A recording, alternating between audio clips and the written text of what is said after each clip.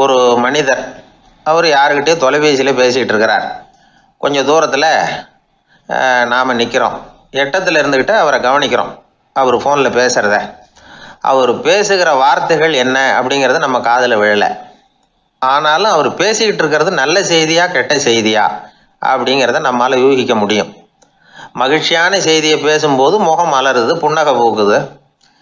இதில் ஒன்று நீங்கள் கவனிக்கணும். தொலைபேசியில் நாம் பேசுகிறப்போ நம்மோட பேசுகிறவர் எதிரில் இல்லை. அவர் தொலைபேசி வழியாக நம்ம குரலை மட்டும்தான் கேட்க போகிறார். நம்ம முகத்தை அவர் பார்க்க போகிறதில்ல. அப்படி இருந்தும் அப்போ நம்ம முகம் ஏன் மலரணும் அப்படின்னா இதுதான் உடல் மொழி, பாடி லாங்குவேஜ் அப்படின்னு சொல்கிறாங்க.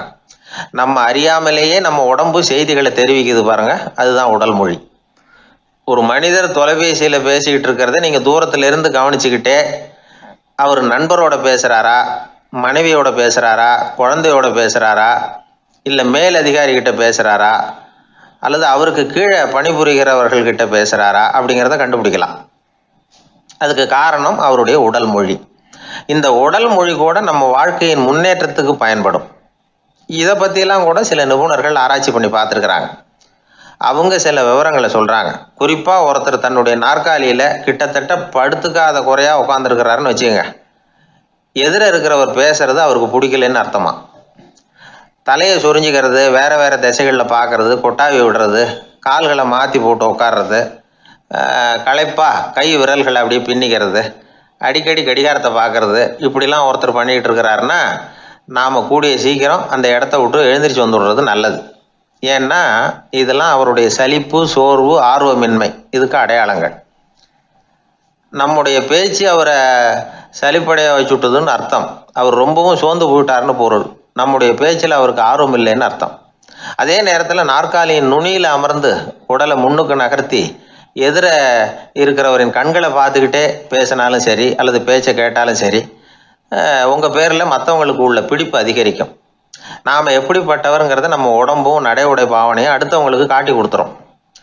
உங்கள் உடம்பு, உங்கள் பார்வை, நடை, உட்கார்ற விதம், இதை வச்சுக்கிட்டே நீங்கள் பொறுப்புள்ளவரா, முரடரா, அலட்சியமானவரா, மரியாதை தெரிஞ்சவரா, அடக்கமானவரா, நம்பிக்கைக்கு உரியவரா, நாணயம் இல்லாதவரா, பயந்தவரா, திறமைசாலியா, அப்பாவியா அப்படிங்கிறதையெல்லாம் கண்டுபிடிச்சிடலாம்.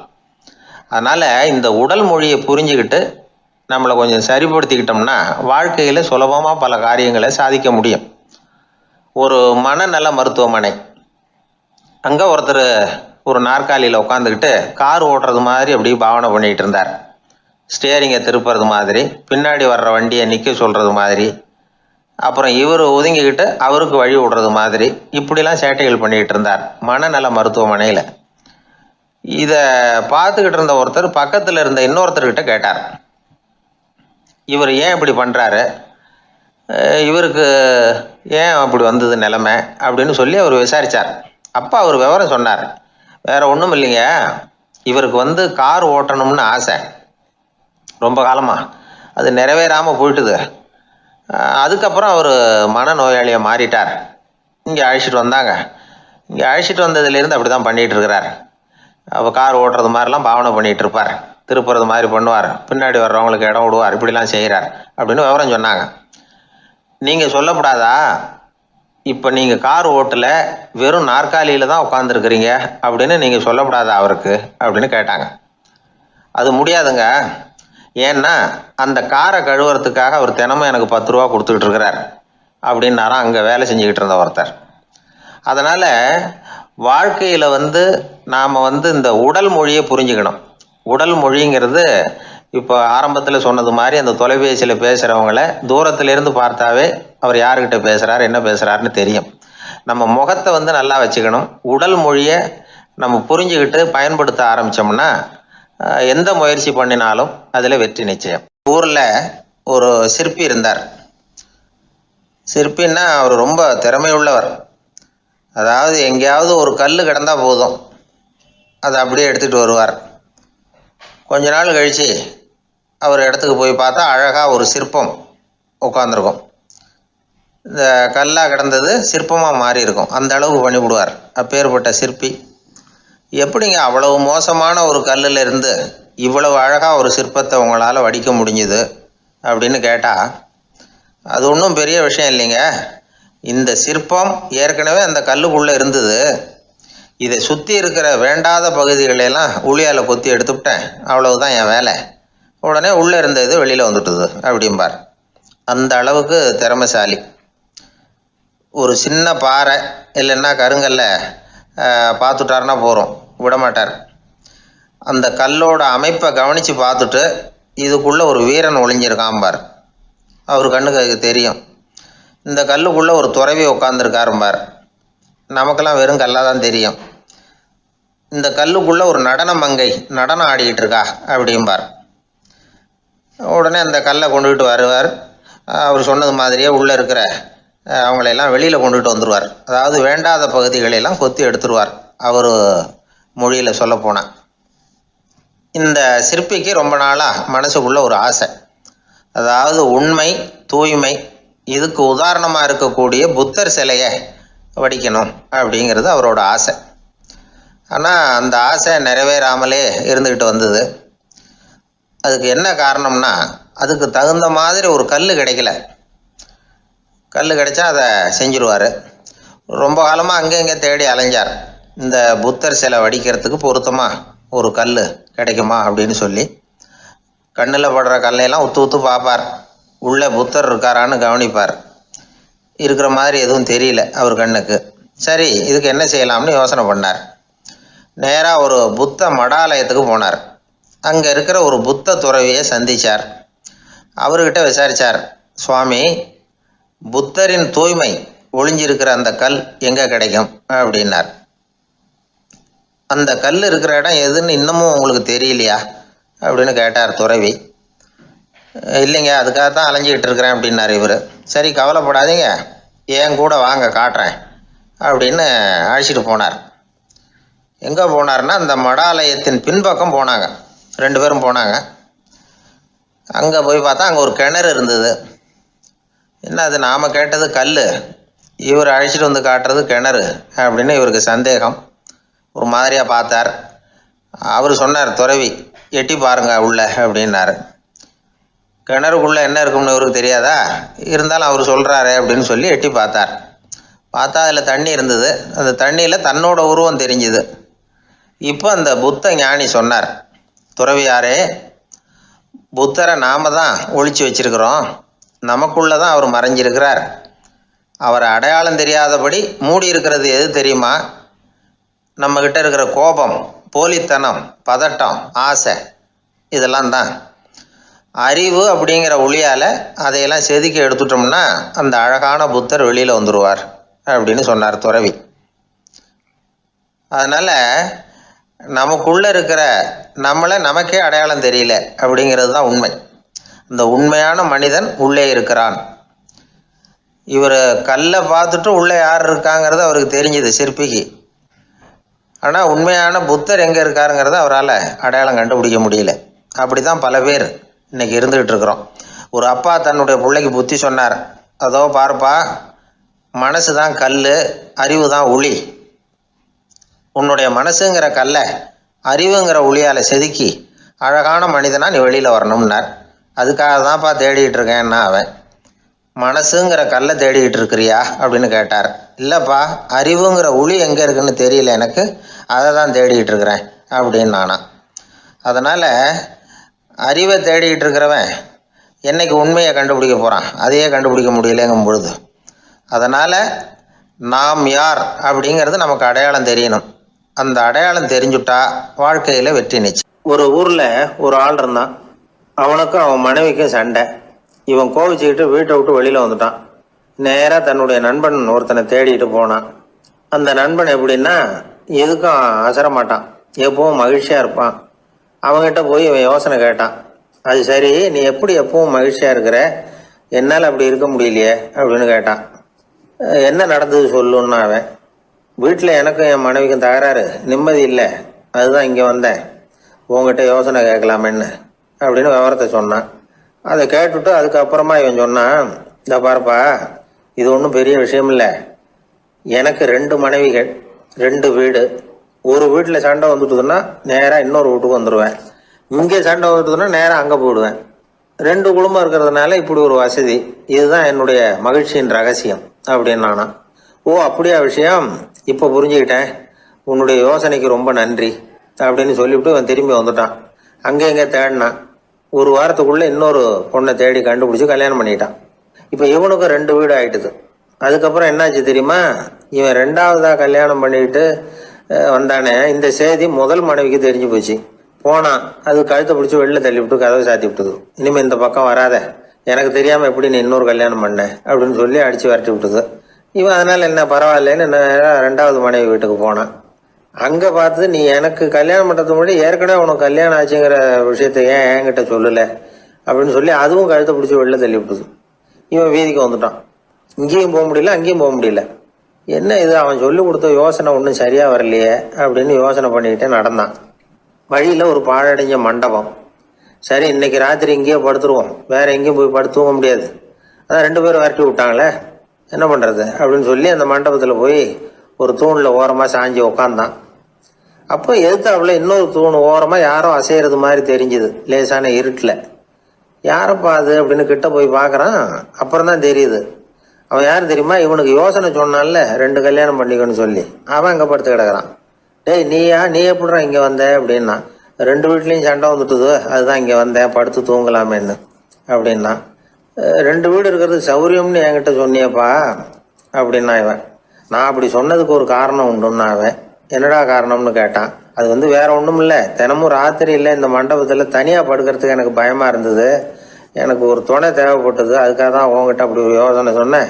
இப்போ நீ வந்ததுனால எனக்கு துணை கிடச்சிட்டுது. இப்போ நம்ம 2 பேரும் துணையாக இங்கே படுத்துக்கலாம், நீ அந்த தூணில் சாஞ்சிக்கோ, நான் இந்த தூணில் சாஞ்சிக்கிறேன் அப்படின்னு சொல்லி படுத்து தூங்க ஆரம்பிச்சிட்டானோ. அதாவது நம்ம வாழ்க்கையில் முடிவுகள் எடுக்கிற விஷயத்தில் இந்த ஆள் மாதிரி தான் பல பேர் நடந்துக்கிறோம் அப்படிங்கிறார். அதாவது உலக புகழ்பெற்ற மனோதத்துவ மேதை ஸ்காட் பெக் அப்படிங்கிறவர். அதாவது வீட்டுக்கு தேவையான பொருள்கள் வாங்குறதுலேருந்து கல்யாணம் பண்ணுறது, வீடு கட்டுறது வரைக்கும் அடுத்தவங்க பேச்சை கேட்டு வீணா போகிறவங்க தான் அதிகம். அறிவுரை கேட்கறதுல தப்பு இல்லை, ஆனால் அதுக்கப்புறம் அதை பற்றி சரியாக சிந்திச்சு பார்க்கறது இல்லை, அதுதான் தப்பு. சில பேர் அறிவுரை சொல்கிறதுலேயே ரொம்ப தெளிவாக இருப்பாங்க. ஏன் சார் 2 சம்சாரத்தோட குடும்பம் நடத்துறது ரொம்ப கஷ்டமானு கேட்டாராம் ஒருத்தர். அது எனக்கு தெரியாதுங்க அப்படின்னாராம் அவர். ஏன்னு கேட்டிருக்கார். ஏன்னா எனக்கு 3 சம்சாரம் அப்படின்னாராம் அவர். எனக்கு ஒரு நண்பர், அவர் ஒரு வழக்கறிஞர். ஒரு நாள் அவர்கிட்ட பேசிக்கிட்டு இருந்தேன். அப்போ கேட்டேன், ஏன் சார் நீங்கள்லாம் கோர்ட்டில் வாதாடுறப்போ கருப்பு நிற அங்கி அணியிறீங்களே, அதுக்கு என்ன காரணம், சட்டத்துக்கும் கருப்பு கலருக்கும் என்ன சம்பந்தம் அப்படின்னு கேட்டேன். அது ஒரு சுவாரஸ்யமான கதைன்னார் அவர். சொல்லுங்களேன் அப்படின்னு அவர் சொன்னார். கிபி 1694 வருஷத்தில் இங்கிலாந்து அரசி 2வது மேரிங்கிறவர் இறந்து போனார். அந்த ராணியோட கணவர் 3ஆம் வில்லியம், அவரு ஒரு உத்தரவு போட்டாராம், அரசியோட மறைவுக்கு அனுதாபம் தெரிவிக்கிற வகையில் வழக்குரைஞர்கள் எல்லாரும் கருப்பு நிற அங்கி அணியணும் அப்படின்னு. அன்னைக்கு ஆரம்பித்த அந்த பழக்கம் அதுக்கப்புறம் மாறவே இல்லையாம், இன்னைக்கும் தொடருது. வழக்குரைஞர்கள்லாம் முதல்ல கருப்பு அங்கி மட்டும்தான் அணிஞ்சாங்களாம். அதில் ஒரு சின்ன சங்கடம், ஏற்கனவே உடம்பு கருப்பாக இருக்கிறவங்க அதுக்கு மேலே கருப்பு ட்ரெஸ் வேறு போட்டுக்கிட்டா முகம் பளிச்சுன்னு தெரியாது இல்லையா. அதனால் முகம் பளிச்சுன்னு தெரியறதுக்காக அவங்கெல்லாம் வெள்ளை நிற பட்டியை அணிய ஆரம்பித்தாங்களாம். இப்படி தான் இங்கிலாந்தில் அந்த பழக்கம் ஆரம்பமாயிருக்குது. அந்த சமயத்தில் இந்தியாவை ஆண்டது பிரிட்டிஷ்காரங்க தானே, அதனால் இங்கேயும் அந்த பழக்கம் அப்படி நடைமுறைக்கு வந்துட்டுது. அதே மாதிரி சர்ச்சிலின் மூதாதையரான மார்ல்பரோ பிரபுவின் ஞாபகார்த்தமாக நீதிபதிகள் இந்த வெள்ளை குள்ளாய் அணிகிற முறை பழக்கத்துக்கு வந்துதான். இதுதான் என்னுடைய நண்பர் சொன்ன தகவல். இங்கிலாந்தில் நீதிமன்றம்ங்கிறது ரொம்ப மதிப்புள்ளது, அந்த அளவுக்கு சட்டத்துக்கு அங்கே மரியாதை. அங்கே நடந்த ஒரு சுவாரஸ்யமான நிகழ்ச்சியை ஒரு சகோதரி எழுதி அனுப்பியிருந்தாங்க. அவங்க அப்பா நீதித்துறையை சேர்ந்தவரா, அவர் சொன்னதான் இது.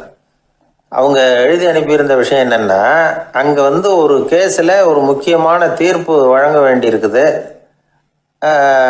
ஜட்ஜு, பாரட்லா படித்த பெரிய பெரிய வக்கீல்கள், ஜூரி எல்லாருமா கூடி அந்த கேஸை பற்றி விவாதிக்கணும். சுமாராக 40 பேர். இதுக்காக கோர்ட்டு ஹாலில் விசேஷ சேம்பரில் நுழையிறதுக்கு முன்னாடி அவங்கெல்லாம் தங்களுடைய கோட்டு தொப்பி எல்லாத்தையும் கழட்டி அங்கே நின்றுக்கிட்டு இருந்த ஒரு அட்டெண்டர்கிட்ட கொடுத்துட்டு உள்ளே போனாங்க. அந்த ஆள் படிக்காதவர். அவர் ஒவ்வொருத்தர் கொடுக்குறதையும் வாங்கி அங்கே அப்படியே ஒரு இடத்துல அடுக்கி வைக்கிறார். அப்படியே வாங்கி உள்ளே வச்சுக்கிட்டு இருக்கிறார் ஒவ்வொரு இடத்துல. அது அவரோட வேலை.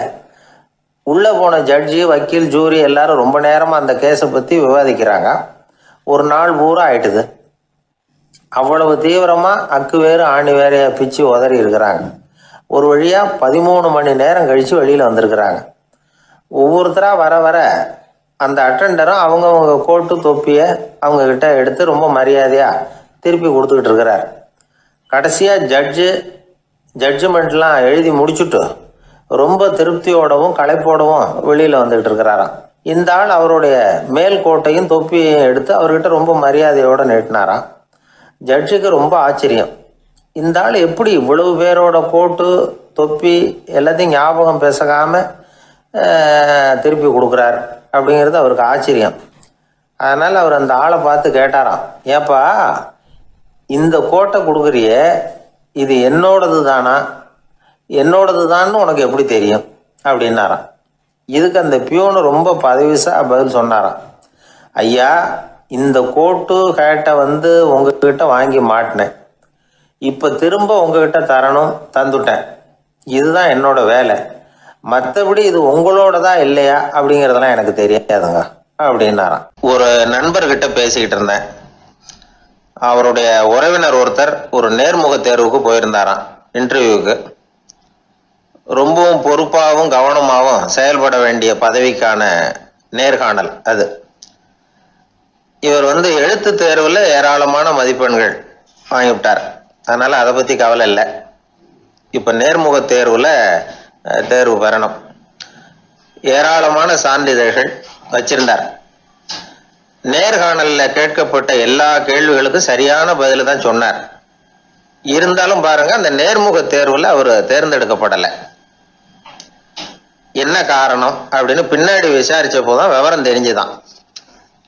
அது என்ன ஆயிருக்குதுன்னா, அந்த நேர்காணலின் போது இவர் நடந்துகிட்ட முறையில சில தவறுகள் நடந்து போச்சான்.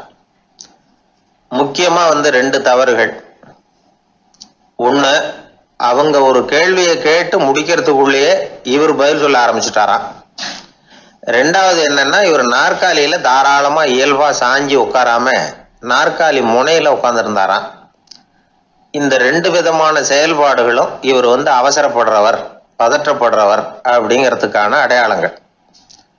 அதாவது கேள்வியை கேட்டு முடிக்கிறதுக்குள்ளேயே முந்திக்கிட்டு பதில் சொல்றது.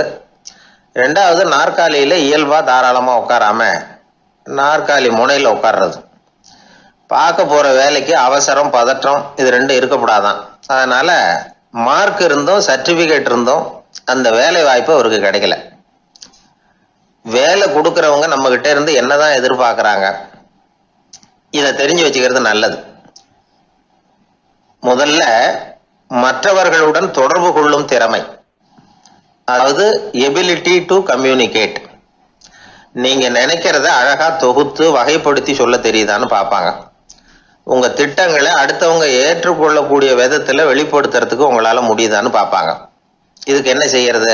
குழப்பம் இல்லாம சிந்திக்கணும், குழப்பம் இல்லாம பேசணும். ரெண்டாவது விஷயம் என்னன்னா புத்திசாலித்தனம், அதாவது இன்டெலிஜென்ஸ். ஏத்துக்க போற வேலையை நல்ல விதமா செய்ய முடியுமா உங்களால, அதை எந்தெந்த வழியில செய்யலாம் அப்படிங்கிறத உங்களால தீர்மானிக்க முடியுமா, அந்த வேலைக்கான புது புது யோசனைகளை உங்களால சொல்ல முடியுமா அப்படின்னு பார்ப்பாங்க. இது இன்டெலிஜென்ஸ். மூணாவது தன்னம்பிக்கை, அதாவது செல்ஃப் கான்ஃபிடன்ஸ். உங்களுக்கு அது உண்டா அப்படிங்கிறத கவனிப்பாங்க. எந்த சூழ்நிலையையும் சமாளிக்கணும், எப்படிப்பட்ட மனிதர்களையும் சமாளிக்கிற தைரியம் வேணும், அடுத்தவங்களை நமக்கு சாதகமா திருப்பக்கூடிய தன்னம்பிக்கை வேணும். நாலாவது பொறுப்புகளை முன்வந்து ஏற்றுக்கொள்ளுதல், வில்லிங்னஸ் டு அக்செப்ட் ரெஸ்பான்சிபிலிட்டி. பொறுப்புகள்ல இருந்து நழுவி போக ஆசைப்படாம செஞ்சு முடிக்கணும். அஞ்சாவது முன் வருதல், இனிஷியேட்டிவ். வேலையோட முக்கியத்துவம் உணர்ந்து அதை ஏத்துக்கிட்டு தகுந்த நடவடிக்கைகளை தயங்காம எடுக்கிறதுக்கு முன் வரணும். ஆறாவது என்னன்னு கேட்டீங்கன்னா தலைமைத்துவம், லீடர்ஷிப். 4 பேருக்கு தலைமை தாங்கி நல்ல விதத்துல நடந்துக்க தெரியுதா. ஏழாவது கற்பனை திறன், இமேஜினேஷன். சில பிரச்சனைகள் வரக்கூடும் அப்படின்னு முன்கூட்டியே யூகிச்சு அதுக்கு தகுந்த மாதிரி நடவடிக்கை எடுக்கிற திறமை உண்டா அப்படிங்கிறத பார்ப்பாங்க. எட்டாவது என்னன்னா வளைந்து கொடுத்தல், ஃபிளெக்சிபிலிட்டி. சூழ்நிலைக்கு தகுந்த மாதிரி, மாற்றங்களுக்கு தகுந்த மாதிரி அனுசரித்து நடந்துக்கிறதுக்கு தெரியுதா அவங்களுக்கு அப்படிங்கிறத கவனிப்பாங்க. அடுத்தது திறமைகளை வெளிக்கொணரும் திறமை, இன்டர்பர்சனல் ஸ்கில்ஸ். அடுத்தவங்க கிட்ட இருக்கிற திறமையை கண்டுபிடிச்சி அதை நல்ல விதத்துல ஊக்கப்படுத்தி பயன்படுத்த தெரியுதா அப்படின்னு பார்ப்பாங்க. ஆறாவது சுய அறிவு, செல்ஃப் நாலேஜ். அடுத்தவங்க நம்மளை பத்தி என்ன நினைக்கிறாங்க அப்படிங்கிறத நம்மளால புரிஞ்சுக்க முடியுதாங்கிறது முக்கியம். அடுத்தது போட்டி மனப்பான்மை, காம்படிட்டிவ்னஸ். அடுத்தவங்களை ஒப்பிட்டு பார்த்து அதை விட ஒரு படி மேலே வரணுங்கிற குணம் வேணும். இதுக்கு அடுத்தது என்னன்னா குறிக்கோளை வெல்லுதல், கோல் அச்சீவ்மெண்ட். குறிக்கோளை சவாலாக எடுத்துக்கிட்டு அதை அடையணும். அப்புறம் வேறுபட்ட திறமைகள், ஒகேஷனல் ஸ்கில்ஸ். பதவிக்கு வேண்டிய திறமைகள் தவிர மற்ற திறமைகள் எதுவும் உண்டாங்கிறது முக்கியம். நமக்கு வேலை கொடுக்கணும்னு நினைக்கிறவங்க நம்ம கிட்ட இருந்து இவ்வளவும் எதிர்பார்ப்பாங்க. அதுக்கு தகுந்த மாதிரி நம்மளை நாமே தயார்படுத்திக்கணும். எனக்கு வேண்டப்பட்ட ஒருத்தர் ஒரு இன்டர்வியூக்கு போயிட்டு வந்தார், நேர்காணலுக்கு. எப்படி இருந்தது இன்டர்வியூன்னு விசாரித்தேன். நான் போனேன். அவர் கேட்ட எல்லா கேள்விக்கும் அவர் எதிர்பார்த்தது மாதிரியே எல்லா பதிலையும் சொன்னேன். கடைசியா நான் எதிர்பார்க்காத ஒரு தகவலை அவர் சொன்னார் அப்படின்னார். என்னன்னு கேட்டேன். அவரும் என்ன மாதிரியே இன்டர்வியூக்கு வந்தவர் தானா, சும்மா என்ன கேள்வி கேட்டுக்கிட்டு உட்காந்துருந்தாராம் அப்படின்னார். அதனால ஒரு நேர்காணலுக்கு போறதுக்கு முன்னாடி என்ன எதிர்பார்க்கறாங்க அப்படிங்கறத தெரிஞ்சுக்கிட்டு போனா வெற்றி நிச்சயம். ஊர்ல ஒரு ஞானி இருந்தார். ஒரு நாள் அவரை தேடிட்டு ஒருத்தர் வந்தார். வந்தவர் ஞானியை பார்த்து ஒரு கேள்வி கேட்டார். ஐயா, உங்களுடைய சாதனை என்ன? இதுதான் அவர் கேட்ட கேள்வி. இதை கேட்டதும் அந்த ஞானி நிமிர்ந்து இவரை பார்த்தார். அப்புறம் சொன்னார், அது ஒன்றும் பெரிய விஷயம் இல்லை, அது ரொம்ப எளிமையான ஒண்ணு. எப்போ எனக்கு பசிக்குதோ அப்போ நான் சாப்பிட்டுருவேன், எப்போ எனக்கு தூக்கம் வருதோ அப்போ நான் தூங்கிடுவேன், அவ்வளவுதான் அப்படின்னார். கேள்வி கேட்டவர் ஒரு மாதிரி ஆயிட்டார். ஐயா, இதே தானே நாங்களும் செய்யறோம், இதுல என்ன அதிசயம் இருக்கு அப்படின்னார். இப்ப அந்த ஞானி சொன்னாராம், இங்கதான் நீங்க தப்பு பண்றீங்க அப்படின்னாராம். அப்படியான்னாரு இவர். ஆமா அப்படின்னாராம். நீங்க செய்யற தவறு எனக்கு புரியுது. ஏன்னா நான் உங்களை மாதிரி நான் வாழ்ந்து பார்த்துருக்கிறேன். அதனால என்னுடைய அனுபவத்துல உங்களுக்கும் எனக்கும் உள்ள வித்தியாசத்தை உணர முடியுதுன்னாராம். என்ன சொல்றீங்க, எனக்கு ஒன்றும் புரியலையேன்னாரா இவரு. இதை பாருங்க, சாப்பிடுறதுங்கிறது நாம ரெண்டு பேருக்கும் பொதுவான ஒரு காரியம்தான். ஆனா நீங்க சாப்பிடுறதுக்கும் நான் சாப்பிடுறதுக்கும் வித்தியாசம் இருக்கு அப்படின்னாராம். என்ன வித்தியாசம்னு கேட்டிருக்கார். நீங்க பசி இல்லாத பொழுது சாப்பிடுறீங்க, இப்போ சாப்பிடுற நேரம் வந்துட்டுது அப்படிங்கிறதுக்காக சாப்பிடுறீங்க.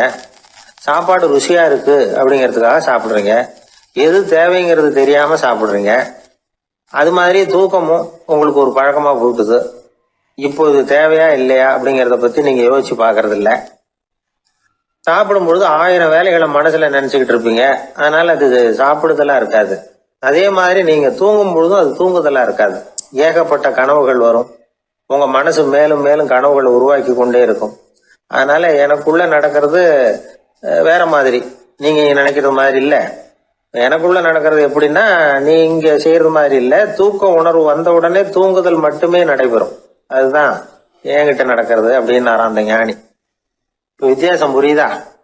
அந்த ஞானி சாப்பிடுறத அனுபவிக்கிறார், அது எக்ஸ்பீரியன்ஸ்.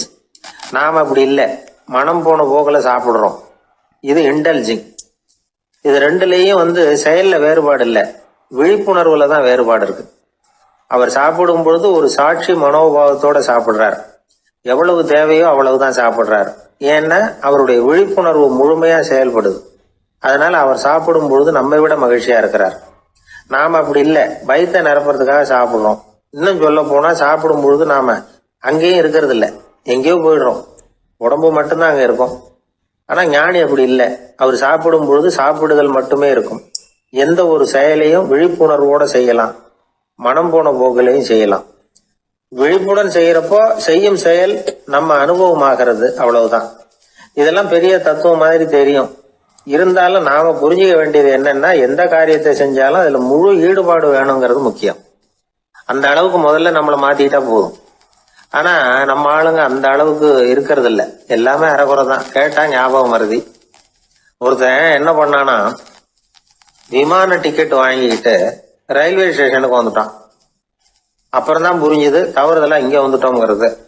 உடனே அவசரமா விமான நிலையத்தை நோக்கி ஓடி இருக்கிறான். அங்க போய் கவுண்டர்ல கேட்டிருக்கான், மேடம் நான் தவறுதெல்லாம் ரயில்வே ஸ்டேஷனுக்கு போயிட்டேன், இப்ப விமானத்தையும் தவற விட்டுட்டேன் அடுத்த ஃப்ளைட்டில் எனக்கு இதை மாற்றி தர முடியுமான்னு கேட்டிருக்கான். முடியாதுன்னாங்களாம் அந்த அம்மா. ஏன்னு கேட்டானா, ஏன்னா இப்போ நீங்கள் வந்திருக்கிறது பஸ் ஸ்டாண்டு அப்படின்னாங்களாம். சீடன் வெளியூர் புறப்படுறதுக்கு தயாராக இருந்தான். ரொம்ப தூரம் போக போகிறான். திரும்பி வர நாளாகும். புறப்படுறதுக்கான ஆயத்த வேலைகளில் ஈடுபட்டிருந்தான். அந்த சமயம் பார்த்து இன்னொரு சீடன் அவங்கிட்ட வந்தான். நம்ம குரு உன்னை அழைச்சிட்டு வர சொன்னார் வா அப்படின்னு கூப்பிட்டான். இவன் உடனே புறப்பட்டு போனான். குருநாதரை பார்த்தான். அவர் காலில் விழுந்து வணங்கினான். வணங்கிவிட்டு எழுந்திரிச்சான். அவ்வளவுதான். குரு ஏதாவது உபதேசம் பண்ணுவாருன்னு எதிர்பார்த்தான். ஆனால் நடந்தது என்ன தெரியுமா? குரு அவனுக்கு ஓங்கி ஒரு அடி கொடுத்தார். எதிர்பாராம இந்த அடியை வாங்கினதும் அந்த சீடன் அதிர்ந்து போயிட்டான். பக்கத்தில் இருந்த மற்ற சீடர்களும் திகைச்சு போய் நின்றுட்டாங்க. அடி வாங்கின சீடனுக்கு மனசுக்குள்ள குழப்பம். நாம என்ன தப்பு பண்ணணும்? புறப்படுற நேரத்துல இப்படி குரு கிட்ட அடி வாங்குற மாதிரி ஆயிட்டுதே அப்படின்னு நினைச்சு மனசுக்குள்ள ரொம்ப வேதனைப்பட்டான். கொஞ்சம் துணிச்சலை வரவழைச்சுக்கிட்டு குருநாதர்கிட்டயே கேட்டுட்டான். சுவாமி, நான் என்ன தப்பு பண்ணினேன்? என்னை இப்படி அடிச்சுட்டீங்களே. ஒரு வார்த்தை கூட உங்களை எதிர்த்து நான் பேசினது இல்லையே. இவ்வளவு காலமா உங்க விருப்பத்துக்கு விரோதமா ஒரு காரியம் கூட நான் செஞ்சது இல்லையே. வந்ததும் வராததுமா ஒண்ணுமே சொல்லாம என்ன அடிச்சுட்டீங்களே. குருவே, நான் செஞ்ச குற்றம் தான் என்ன அப்படின்னு கண்ணீரோட பரிதாபமா கேட்டானா அந்த சீடன். ஆனா அந்த குரு முகத்துல கொஞ்சம் கூட கோபம் இல்லை. அவர் சிரிச்சுக்கிட்டே நின்றுகிட்டு இருந்தாராம். அதுக்கப்புறம் சொன்னாராம், என்னுடைய அருமை சீடனே, நீ ஒரு தவறும் பண்ணல. நான் உன்னை அடிச்சது நீ ஏதோ தப்பு பண்ணிவிட்டேங்கிறதுக்காக இல்லை. நீண்ட பயணம் போக போற. ஞாபகமா ஏதாவது கொடுத்து அனுப்ப வேணாமா? நீ ஞானம் பெற்ற பிறகுதான் திரும்பி வர போறேங்கிறது எனக்கு தெரியும். அதுக்கு பிறகு உன்னை வந்து அடிக்க முடியுமா? அதனால இப்ப கிடைச்சிருக்கிற இந்த வாய்ப்பை பயன்படுத்திக்கிட்டேன். அப்போதைக்கு இப்பவே அடிச்சுட்டேன், அவ்வளவுதான், வேற ஒண்ணும் இல்லை அப்படின்னாராம். குரு சிரிச்சுக்கிட்டே இப்படி சொல்றார். இருந்தாலும் இதுவும் ஒரு உபதேசம் தான். அதிர்ச்சிகளால வந்து விழிப்படைய வைக்கிறதும் ஒரு வழிதான். இது ஜென் வழி. பெரும்பாலும் அதிர்ச்சியின் மூலமாகவே ஞான தரிசனத்தை அருள்கிறவர்கள் தான் ஜென் குருமார்கள். நம்ம தியானம் தான் ஜென். இந்தியாவிலிருந்து இது சீனாவுக்கு போய் கொஞ்சம் பேர் மாறி வளம் பெற்று ஜப்பான்ல ஜென் ஆகி வளர்ந்துருக்குது, அவ்வளவுதான். ஜென்கிறது தியானம். எதை நினைச்சும் தியானிக்கிறது இல்லை, எல்லாத்துலயும் தியானம் இருக்கிறதா சொல்லுது ஜென். பேசுறது, இருக்கிறது, நடக்கிறது, சாப்பிடுறது, சிரிக்கிறது, தூங்குறது, தொழில் செய்கிறது அல்லது சும்மா இருக்கிறது எல்லாமே தியானம் தான். ஜென்கிறது ஒரு சுய தரிசனம். தன்னைத்தானே அடையாளம் கண்டுகொள்ளுகிறது தான் அது. இல்லாத எதையும் தேடி கண்டுபிடிக்கிறது இல்லை. சென் மார்க்கத்தை பத்தி ஓஷோ என்ன சொல்றாரு தெரியுமா? காணாமல் போன தன்னுடைய மூக்கு கண்ணாடி தன்னுடைய மூக்கின் மேல் இருப்பதை கண்டுகொள்வது போன்றது ஜென் அப்படிங்கிறார். நம்மால் இன்னொருத்தர் முகத்தை ரொம்ப நேரமா உத்து பார்த்துக்கிட்டு இருந்தார். என்ன பாக்குறீங்கன்னாரு அவரு. நீங்க போட்டிருக்கீங்களே மூக்கு கண்ணாடி, அதை தான் பாக்குறேன்னாரு இவரு. நீங்க அப்படி பாக்குறதுக்கு விசேஷ காரணம் ஏதாவது உண்டான்னு கேட்டார் இவர். உண்டுன்னார். என்னன்னு கேட்டார்.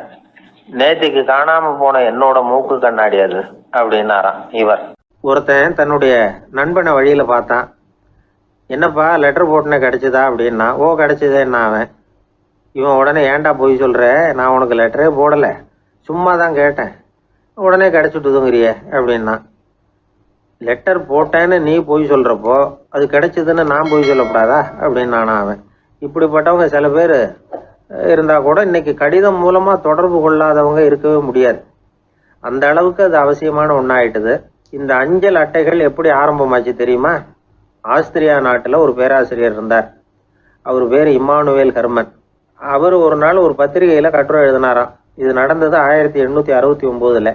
அவர் எழுதின கட்டுரையில மக்கள் அதிகம் செலவு இல்லாம ஒருத்தருக்கு ஒருத்தர் தகவல் பரிமாறிக்கிறது எப்படி அப்படிங்கிறத பத்தி எழுதியிருந்தார். அதுக்கு சில யோசனைகளை அவரே எழுதியிருந்தாராம். எப்படின்னா, அந்த கட்டுரையை எல்லாரும் படிச்சு பார்த்துருக்குறாங்க. அவர் சொன்ன யோசனைகள் என்னன்னு. அது அரசாங்கத்தின் கவனத்துக்கு அது போச்சான். ஆகா, இது அவர் சொல்ற யோசனை நல்லா இருக்கும் போல் இருக்கு அப்படின்னு அவங்களே நினைச்சிருக்கிறாங்க. அவ்வளவுதான். உடனே அந்த யோசனையை நடைமுறைக்கு கொண்டுகிட்டு வந்தாங்களாம்.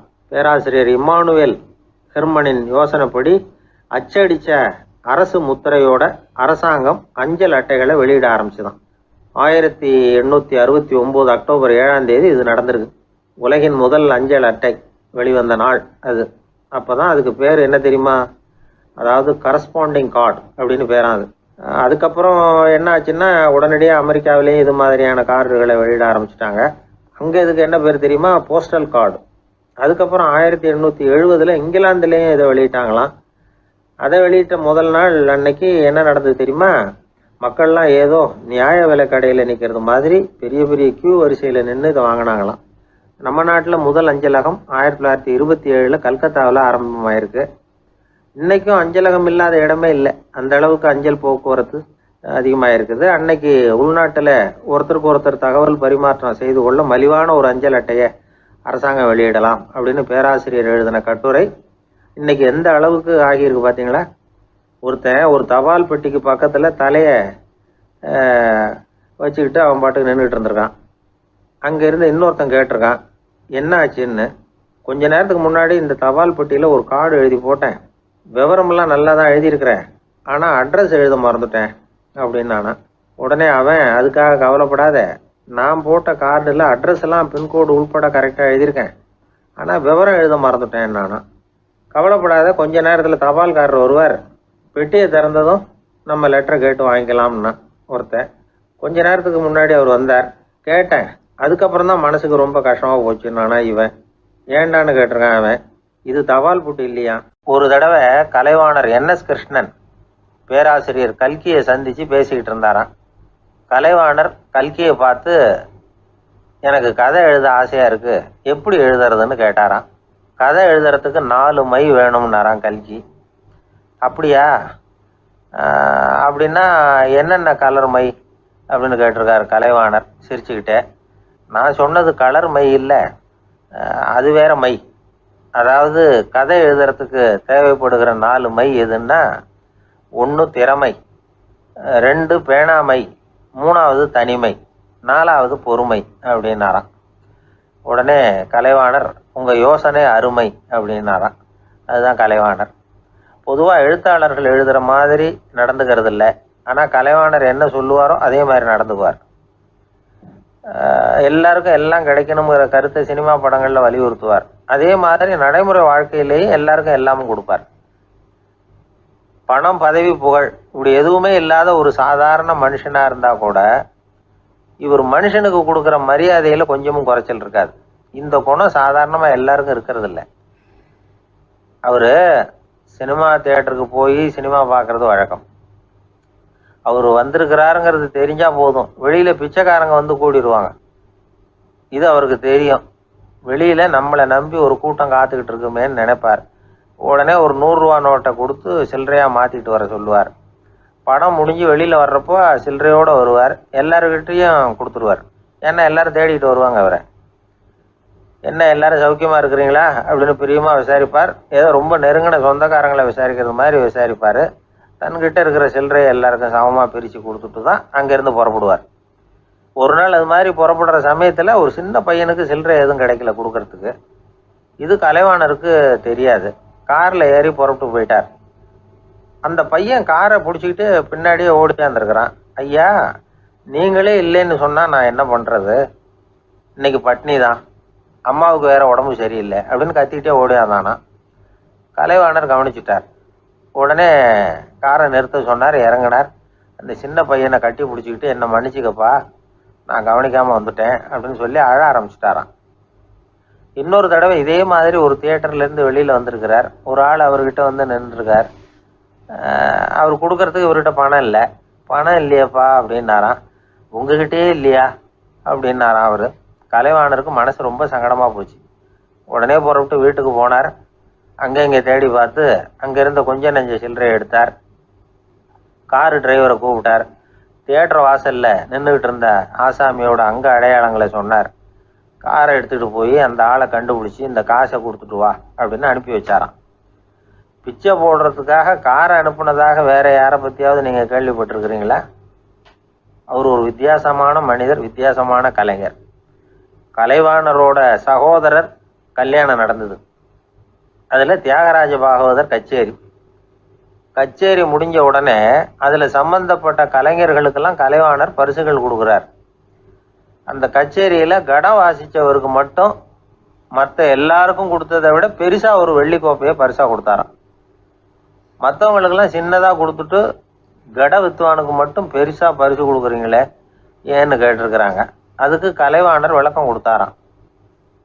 இப்பெல்லாம் ரயிலில் கூட்டம் அதிகங்கிறது உங்களுக்கு எல்லாருக்கும் தெரியும். இந்த வித்துவான் இவ்வளவு பெரிய மண்பானைய ரயில்ல ரொம்ப பத்திரமா உடையாம ரொம்ப தூரத்துல இருந்து கொண்டு வந்திருக்கிறாரே, அது என்ன சாமானியமான காரியமா? அவரோட அந்த சாமர்த்தியத்தை பாராட்டுறதுக்காக தான் அவருக்கு இவ்வளவு பெரிய பரிசு அப்படின்னாராம். அறிவில் சிறந்தவர்கள் ஆண்களா பெண்களா? என்னுடைய நண்பர் ஒருத்தரை பார்த்து நான் கேட்ட கேள்வி இது. அவர் மெதுவாக தன்னுடைய தலையை சொரிஞ்சுக்கிட்டே சொன்ன பதில், அதில் என்ன சார் சந்தேகம், அவங்க தான் அப்படின்னார். அனுபவ அடிப்படையில் அவர் இப்படி சொல்கிறார். அறிவியல் அடிப்படையில் பார்க்குறவங்களும் இப்படி தான் சொல்கிறாங்க. இயற்கையின் நோக்கம் இனப்பெருக்கம், இதில் பெண்களின் பங்கு அதிகம். அதனால் இயற்கையே பெண்களுக்கு பல சலுகைகளை கொடுத்துருக்குது, சக்தியை கொடுத்துருக்குது. இப்போ வெளிநாடுகளில் இதை பற்றியெல்லாம் நிறைய ஆராய்ச்சி பண்ணி பார்த்துருக்குறாங்க. புள்ளி விவரங்கள்லாம் வெளியிட்டிருக்கிறாங்க. ஆண் குழந்தைகளை விட பெண் குழந்தைகள் முன்னாடியே பேச ஆரம்பிச்சுடுறாங்களாம். அது மட்டும் இல்லை, அதிக எண்ணிக்கையில் வார்த்தைகளை கற்றுக்கிறாங்களாம். அப்புறம் பலவிதமான வாக்கிய அமைப்புகளை அமைச்சு பேசுறதுலேயும் பெண் குழந்தைகள் முன்னாடியே ஆரம்பிச்சுடுறாங்களாம். இதெல்லாம் சீக்கிரமாக செய்கிறது பெண் குழந்தைகள் தான். சம வயது உள்ள ஆண் குழந்தைகள் பெண் குழந்தைகள் இவங்களை வச்சு சோதனைகள் பண்ணி பார்த்துருக்குறாங்க. அதாவது ஒரே வயசுள்ள ஆண் குழந்தை பெண் குழந்தை இதெல்லாம் வச்சு அவங்கக்கிட்ட ஒரே கேள்வியை பல விதமாக கேட்குறது, ஒரே செய்தியை வேறு வேறு கோணங்கள்லேருந்து விளக்கிறது, தவறு இல்லாமல் பேசுறது, வேகமாக படிக்கிறது, எழுதுறது, புரிஞ்சுக்கிறது, இப்படி இதை பற்றிலாம் எத்தனையோ சோதனைகள்லாம் செஞ்சு பார்த்துருக்குறாங்க. அப்படி பார்த்ததில் என்ன தெரிஞ்சதுன்னா, அதில் எல்லாம் ஆண் குழந்தைகளை விட பெண் குழந்தைகள் 1.5 மடங்கு அதிக திறமை உள்ளவங்களாக இருக்கிறாங்களாம். இன்னொரு மொழியை கற்றுக்கிறது, பேசுறது, எழுதுறது, இது கூட பெண்களுக்கு சுலபமாக வருதான். 2 மொழிகளை மாற்றி மாற்றி பேசுறது, மொழிபெயர்க்கிறது, இப்படிலாம் கூட சோதனை பண்ணி பார்த்துருக்குறாங்க. இதுலேயும் பெண்களுக்கு தான் அதிக திறன். சரி, இதை விடுங்க. புள்ளி வச்சு கோலம் போடுறது, அதிலிருந்து இந்த கை கடிகாரங்களில், கம்ப்யூட்டர்களில் நுண்ணிய பாகங்களை பொருத்துறது, இது வரைக்கும் பெண்கள் தான் திறமையாக செயல்படுறாங்க அப்படிங்கிறது அந்த சோதனை முடிவு. இந்த நுட்பம், துல்லியம், விரைவு, சிறு கை இயக்கங்களோடு செய்ய வேண்டிய மென்மையான பணிகள், இதுக்கெல்லாம் தேவை கவன குவியம், பொறுமை. இதெல்லாம் பெண்கள்கிட்ட தான் இருக்குதான். அமெரிக்காவில் இன்னொரு சோதனை கூட செஞ்சு பார்த்துருக்குறாங்க. பெண்களின் மூக்கு மோப்ப உணர்வு இதெல்லாம் எப்படின்னு பார்த்துருக்குறாங்க. பெண்கள் அதிக எண்ணிக்கையில் வாசனைகளை பிரித்து கண்டுபிடிச்சி விடுறாங்களாம். ஆண்களால் அந்த அளவுக்கு முடியலையாம். சரி, காது எப்படின்னா செவிப்புலன் உணர்வும் பெண்களுக்கு தான் அதிகமாக.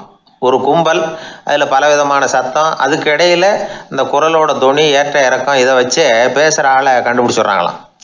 ஒரு கூட்டத்தில் தன்னுடைய வீட்டுக்காரர் எங்கே இருக்கார், பிள்ளைகள் எங்கே இருக்காங்க அப்படிங்கிறதெல்லாம் பெண்கள் சீக்கிரமாக கண்டுபிடிச்சி விடுறாங்களாம்.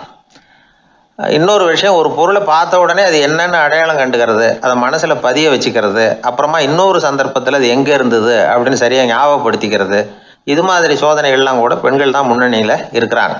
ஒரு சராசரி சூழ்நிலையில் ஆண்களை விட அதிகமான எண்ணிக்கையில் புன்னகை புரிகிறது, சிரிக்கிறது பெண்கள் தானா. அதிகமாக தோழமை உணர்வோடு பேசுகிறதும் அவங்க தானா.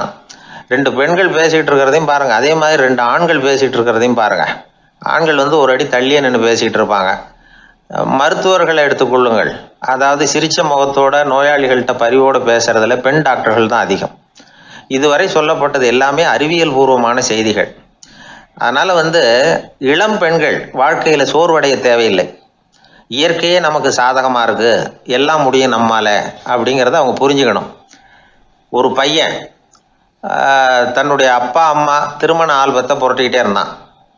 அப்புறம் அம்மாகிட்ட கேட்டான், அம்மா இது யார் சின்ன வயசில் எடுத்ததா, இது என்னன்னு தெரியலையே, இந்த படத்தில் அழகாக மீசை வச்சுக்கிட்டு சிரிச்சுக்கிட்டு நிற்கிறது யார் அப்படின்னு கேட்டான். அதுதான்டா அவங்க அப்பான்னாங்க அந்த அம்மா. அப்படின்னா இப்போ நம்ம வீட்டில் நரைச்ச தலையோடு அழுது வடிஞ்சிக்கிட்டு இருக்காரு ஒருத்தர், அவர் யாருன்னு கேட்டானா. இது பையனுடைய புத்திசாலித்தனம். பெண் பிள்ளைகள் அப்படி கேட்கறதில்ல. அதனால் இந்த கதையெல்லாம் எதுக்காக அப்படின்னா, இளம் பெண்கள் வாழ்க்கையில் சோர்வு அடைஞ்சு போயிடக்கூடாது. அதனால் பெண்கள் எல்லாம் முடியும் நம்மாலும் அப்படிங்கிறத நினச்சி செயல்பட்டாங்கன்னா வாழ்க்கையில் வெற்றி நிச்சயம். ஒருத்தங்க கூட நாம் சண்டை போடுறோம், அதில் நாமளே ஜெயிச்சு விட்றதா வச்சுக்குவோம். நம்ம மனசுக்கு சந்தோஷமாக தான் இருக்கும், இருந்தாலும் உள் மனசில் ஒரு பயமும் உண்டாகலாம். தோற்று போனவன் சும்மா இருப்பானா? அவன் மறுபடியும் எப்போ சந்தர்ப்பம் வரும்னு எதிர்பார்த்துக்கிட்டு தானே இருப்பான். அதனால வெற்றியின் ஒரு பக்கம் சந்தோஷமா இருந்தாலும் இன்னொரு பக்கம் பயமா தான் இருக்கும். ஒரு மன்னன் இருந்தான், நிறைய பேரோட அவன் சண்டை போட்டான், ஜெயிச்சான், பல நாடுகளை வென்றான். அதனாலேயே அவன் மனசுக்குள்ள ஒரு பயம் உண்டாயிட்டுது. பகை மன்னர்கள் எல்லாம் படையெடுத்துக்கிட்டு வந்துட்டா என்ன பண்றது அப்படிங்கிற பயம். எல்லாரும் இப்ப இருக்கிற இந்த மாளிகையை கைப்பற்றிக்கிட்டா என்ன பண்றது அப்படின்னு யோசனை பண்ணா நடுங்க ஆரம்பிச்சிட்டான். ஏன் ஒரு மாதிரியா இருக்கிறீங்க அப்படின்னு கேட்டார் அமைச்சர். இவன் விவரத்தை சொன்னான். 2 பேருமா சேர்ந்து ஒரு திட்டம் போட்டாங்க. அதன் பிரகாரம் ஒரு பெரிய மாளிகை ஒண்ண புதுசா கட்டினாங்க. அதுக்கு ஜன்னல்லாம் எதுவும் கிடையாது. உள்ள போறதுக்கு வெளியில வர்றதுக்கு ஒரே ஒரு கதவு மட்டும்தான் உண்டு. அதை தவிர அந்த மாளிகைக்கு வேற எந்த வழியும் கிடையாது. ஒரு சின்ன துவாரம் தெரிஞ்சா கூட அதையும் சுத்தமா அடைச்சுட்டாங்க. ஒரே ஒரு கதவு வச்சானே, அந்த வழியை பாதுகாக்கிறதுக்கும் ஏராளமான வீரர்களை காவலுக்கு நிறுத்தி வச்சிருக்கிறாங்க. இவ்வளவும் பண்ணி முடிச்சதுக்கு அப்புறம் தான் அந்த மன்னனுக்கு மனசு திருப்தியா இருந்துதான். ஒரு நாள் அந்த ராஜாவும் அமைச்சரும் அந்த ஒரு கதவு வழியா வெளியில வந்திருக்கிறாங்க மெதுவா. என்ன அமைச்சரே, எப்படி நம்ம ஏற்பாடு அப்படின்னு அட்டகாசமா சிரிச்சுக்கிட்டே கேட்டானா ராஜா. அபாரம்னார் அமைச்சர். அவர் வேற என்ன சொல்லுவார். இவங்க 2 பேரும் இப்படி பேசிக்கிட்டதை அங்க வீதி ஓரமா உட்கார்ந்து இருந்த ஒரு பெரியவர் கேட்டுட்டு அவரு சிரிச்சாராம். அவரு சிரிக்கிறத பார்த்தும் மன்னனுக்கு கோவம் வந்துட்டுது. அதை பார்த்ததும் ஏன்பா சிரிக்கிறேன்னு கேட்டிருக்கார். அதுக்கு அந்த பெரியவர் சொன்னாராம், ரொம்பவும் புத்திசாலித்தனமா தான் இந்த மாளிகையை கட்டி இருக்கிறீங்க, ரொம்ப பாதுகாப்பா தான் இருக்குது, இருந்தாலும் ஒரு குறை தெரியுதுன்னார். என்னன்னு கேட்டார் அவரு. வேற வழியே வைக்காம மாளிகை கட்டின நீங்க என்னத்துக்காக ஒரே ஒரு வழி மட்டும் வச்சிருக்கிறீங்க, அந்த வழியா எதிரிகள் நுழைஞ்சுட்டா என்ன பண்ணுவீங்க அப்படின்னார். என்ன பண்றதுன்னார் அவரு. அதையும் ஒரு கருங்கல் சுவர் எழுப்பி சுத்தமா அடைச்சு விடுங்க, அதுதான் நல்லது. அதுக்கப்புறம் எதிரிகள் பயம் கொஞ்சம் கூட இல்லாம நீங்க உள்ள உட்காந்துக்கலாம், அதுதான் ரொம்ப பத்திரம் அப்படின்னார். மன்னன் யோசனை பண்ணி பார்த்தான். பளிச்சுன்னு ஒரு யோசனை தோணுச்சு. அது சரி, நீங்க சொல்றது மாதிரி அந்த ஒரு வழியையும் அடைச்சுட்டா இந்த மாளிகைங்கிறது ஒரு கல்லறை மாதிரி ஆயிடுமே அப்படின்னாராம். இப்ப மட்டும் இது எப்படி இருக்குதுன்னு நினைக்கிறீங்க, கல்லறை மாதிரி தானே இருக்குது அப்படின்னார் பெரியவர். எதிரி உங்களை சாகடிக்கலைன்னாலும் நீங்களா ஒரு நாள் சாகத்தானே போறீங்க அப்படின்னார். அதுக்கப்புறம் கொஞ்சம் விளக்கமும் கொடுத்தார். உங்க மாளிகையில எவ்வளவு ஜன்னல்களும் கதவுகளும் இருக்குதோ அந்த அளவுக்கு வெளி உலகத்தோட உங்களுக்கு தொடர்பு இருக்கு, அந்த அளவுக்கு உங்க வாழ்க்கையில ஒரு இயக்கம் இருக்குது. கதவுகளை மூட மூட வாழ்க்கையும் அடப்பட்டு போடும். நான் கூட ஒரு காலத்துல மாளிகையில தான் இருந்தேன். அதோட சுவர்கள் இருந்ததுல அதை எவ்வளவுதான் தள்ளி தள்ளி போட்டாலும் என்னுடைய வாழ்க்கைக்கு அதெல்லாம் ஒரு எல்லை கோடுகள் மாதிரி தெரிஞ்சுது. அதை உணர்ந்தேன். வாழ்வுக்கு எல்லையே இருக்கக்கூடாதுன்னு நினைச்சேன். அதனாலதான் இப்படி இங்க உட்காந்துட்டேன். இப்ப என்னுடைய வாழ்வுக்கு வானம்தான் கூரை, இந்த நிலம்தான் என்னுடைய மாளிகை. இப்பதான் வாழ்க்கையை முழுமையா என்னால உணர முடியுது, அனுபவிக்க முடியுது அப்படின்னாரு அந்த பெரியவர். அந்த அரசர் ஒரு பெரிய தத்துவத்தை புரிஞ்சுக்கிட்டாராம். தன்னோட மாளிகைக்கு நிறைய ஜன்னல்களையும் கதவுகளையும் வைக்க சொல்லி உத்தரவு போட்டாராம். இப்படி ஒரு கதை உண்டு. ஒரு சுடுகாட்டுல ஒரு கல்லறைக்கு மேல கால் போட்டுக்கிட்டு உட்காந்துக்கிட்டு இருந்தான் ஒருத்தன். அந்த வழியா போன ஒருத்தர் அவனை பார்த்து கேட்டாராம், ஏப்பா இப்படி பேய் பிசாசு நடமாடுற இந்த மயானத்துக்கு கல்லறைக்கு மேல உட்கார்ந்து இருக்கிறியே அப்படின்னு கேட்டாராம். எவ்வளவு காலம் தாங்க உள்ளேயே இருக்கிறது, ஒரே புழுக்கமா இருந்தது, அதுதான் காத்து வாங்கலாம்னு வெளியில உட்கார்ந்து இருக்கிறேன் அப்படின்னு நானா. அந்த எப்பவும் சுத்தமா இருக்கணும், அதுதான் நல்லதுன்னாரு ஒருத்தர். நான் அப்படித்தான் சார் இருக்கிறேன், தினம் 2 வேளை சோப்பு போட்டு குளிக்கிறேன் இன்னொருத்தர். உடம்பு மட்டும் சுத்தமா இருந்தா போதாது சார், மனசும் சுத்தமா இருக்கணும்னாரு அவரு. மனசை சுத்தப்படுத்துறதுக்கு என்ன சோப்பு சார் போடலான்னு கேட்டாரு இவர். ஆன்மீகம்ங்கிற சோப்பு தான் அதுக்கு பொருத்தம்னாரு அவர். ஆன்மாவை மேம்படுத்துகிற ஒரு முயற்சி தான் ஆன்மீகம்ங்கிறது. அந்த முயற்சியை எப்படி பண்றது? மனசுக்குள்ள குந்தி இருக்கிற வேண்டாத விருந்தாளிகளை எல்லாம் வெளியேற்றணும். வேண்டாத விருந்தாளிகள்ல முக்கியமான ஒருத்தர் யாருன்னா அவர் பேர் பொறாமை. இவரு நம்ம மனசுக்குள்ள இருக்கிற வரைக்கும் நாம நிம்மதியா இருக்க முடியாது. ஒரு குருநாதர் இருந்தார், அவர்கிட்ட 2 சீடர்கள் இருந்தாங்க. 2 பேரும் ஆரம்பத்துல ஒருத்தருக்கு ஒருத்தர் நல்லபடியா தான் பழகிட்டு இருந்தாங்க. ஆனாலும் என்னமோ தெரியல, கொஞ்ச நாள்ல இந்த 2 பேர்ல ஒருத்தன் மனசுக்குள்ள பொறாமைங்கிற விருந்தாளி உட்கார ஆரம்பிச்சுட்டார். அந்த சீடனும் அதுக்கு இடம் கொடுத்துட்டான். குரு கிட்ட தான் நல்ல பேர் வாங்கணும் அப்படின்னும் தன்னுடைய நண்பன் கெட்ட பேர் வாங்கணும் அப்படின்னு அவனுக்கு ஒரு ஆசை வந்துட்டுது. என்ன பண்ணலாம்னு யோசனை பண்ணான். ஒரு நாள் விடியற் காலையில எழுந்திருச்சான். நேரா குரு கிட்ட போய் அவர் முன்னாடி நின்னான். குருவே, என்ன பாருங்க, நான் எவ்வளவு சீக்கிரமா எழுந்திருச்சு குளிச்சு முடிச்சுட்டு உங்களை வணங்குறதுக்காக நிக்கிறேன். ஆனா அவன் இருக்கானே, இன்னமும் கண்ணு முழிக்கவே இல்லை, தூங்கிக்கிட்டே இருக்கிறான், தூங்கு மிஞ்சி அப்படின்னா. குருநாதர் நிமிந்து பார்த்தார். அப்படியா? அப்படின்னா நீயும் கூட அவன மாதிரியே தூங்கி இருந்தா நல்லா இருந்திருக்குமேன்னார் ரொம்ப பொறுமையா. என்னது, நாம எவ்வளவு தீவிரமா ஒரு விஷயத்த சொல்றோம், அதுக்கு நம்ம குருநாதர் ரொம்ப பொறுமையா இப்படி சொல்றாரு அப்படின்னு நினைச்சான். ஆச்சரியமா அவரை பார்த்தான். குருநாதர் சொன்னார், ஆமாப்பா, நீயும் தூங்கிக்கிட்டு இருந்திருந்தா அடுத்தவனை பத்தி குறை சொல்றதுக்கு இங்க வந்திருக்க வேண்டிய அவசியம் இருந்திருக்காது, அதனால அப்படி சொன்னேன் அப்படின்னாராம். சீடன் யோசிக்க ஆரம்பிச்சான். அர்த்தம் புரிஞ்சது. உடனே பொறாமைய மனசுல இருந்து தூக்கி எறிஞ்சுட்டானாம். மனசு சுத்தமாயிட்டுது. மனசுக்குள்ள இருந்து விரட்ட வேண்டிய இன்னொரு விருந்தாளி, அவர் பேர் கோபம். சினம் தன்னையே கொன்னுடும் அப்படிங்கிறார் வள்ளுவர். கோபத்துக்கு மனசுல இடம் கொடுக்காத சில பெரியவர்களும் உண்டு. ஒருத்தர் இருந்தார்.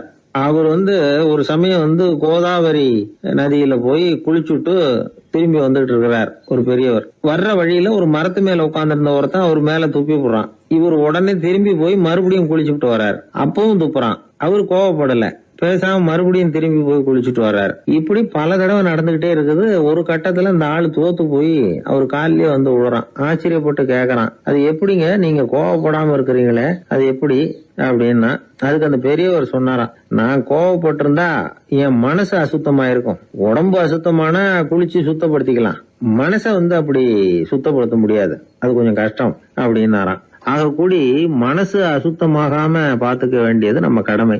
மனசை அசுத்தப்படுத்துற இன்னொரு விஷயம் சுயநலம். ஒரு சுயநலவாதி ஆத்துல விழுந்துட்டார், சுழல்ல சிக்கிக்கிட்டார். இன்னொரு சுயநலவாதி கரையில இருந்து இதை பார்த்தார். ஒரு கயத்தை தூக்கி போட்டு அதை புடிச்சுக்க சொல்லி கரையில இழுத்து காப்பாத்தினார்.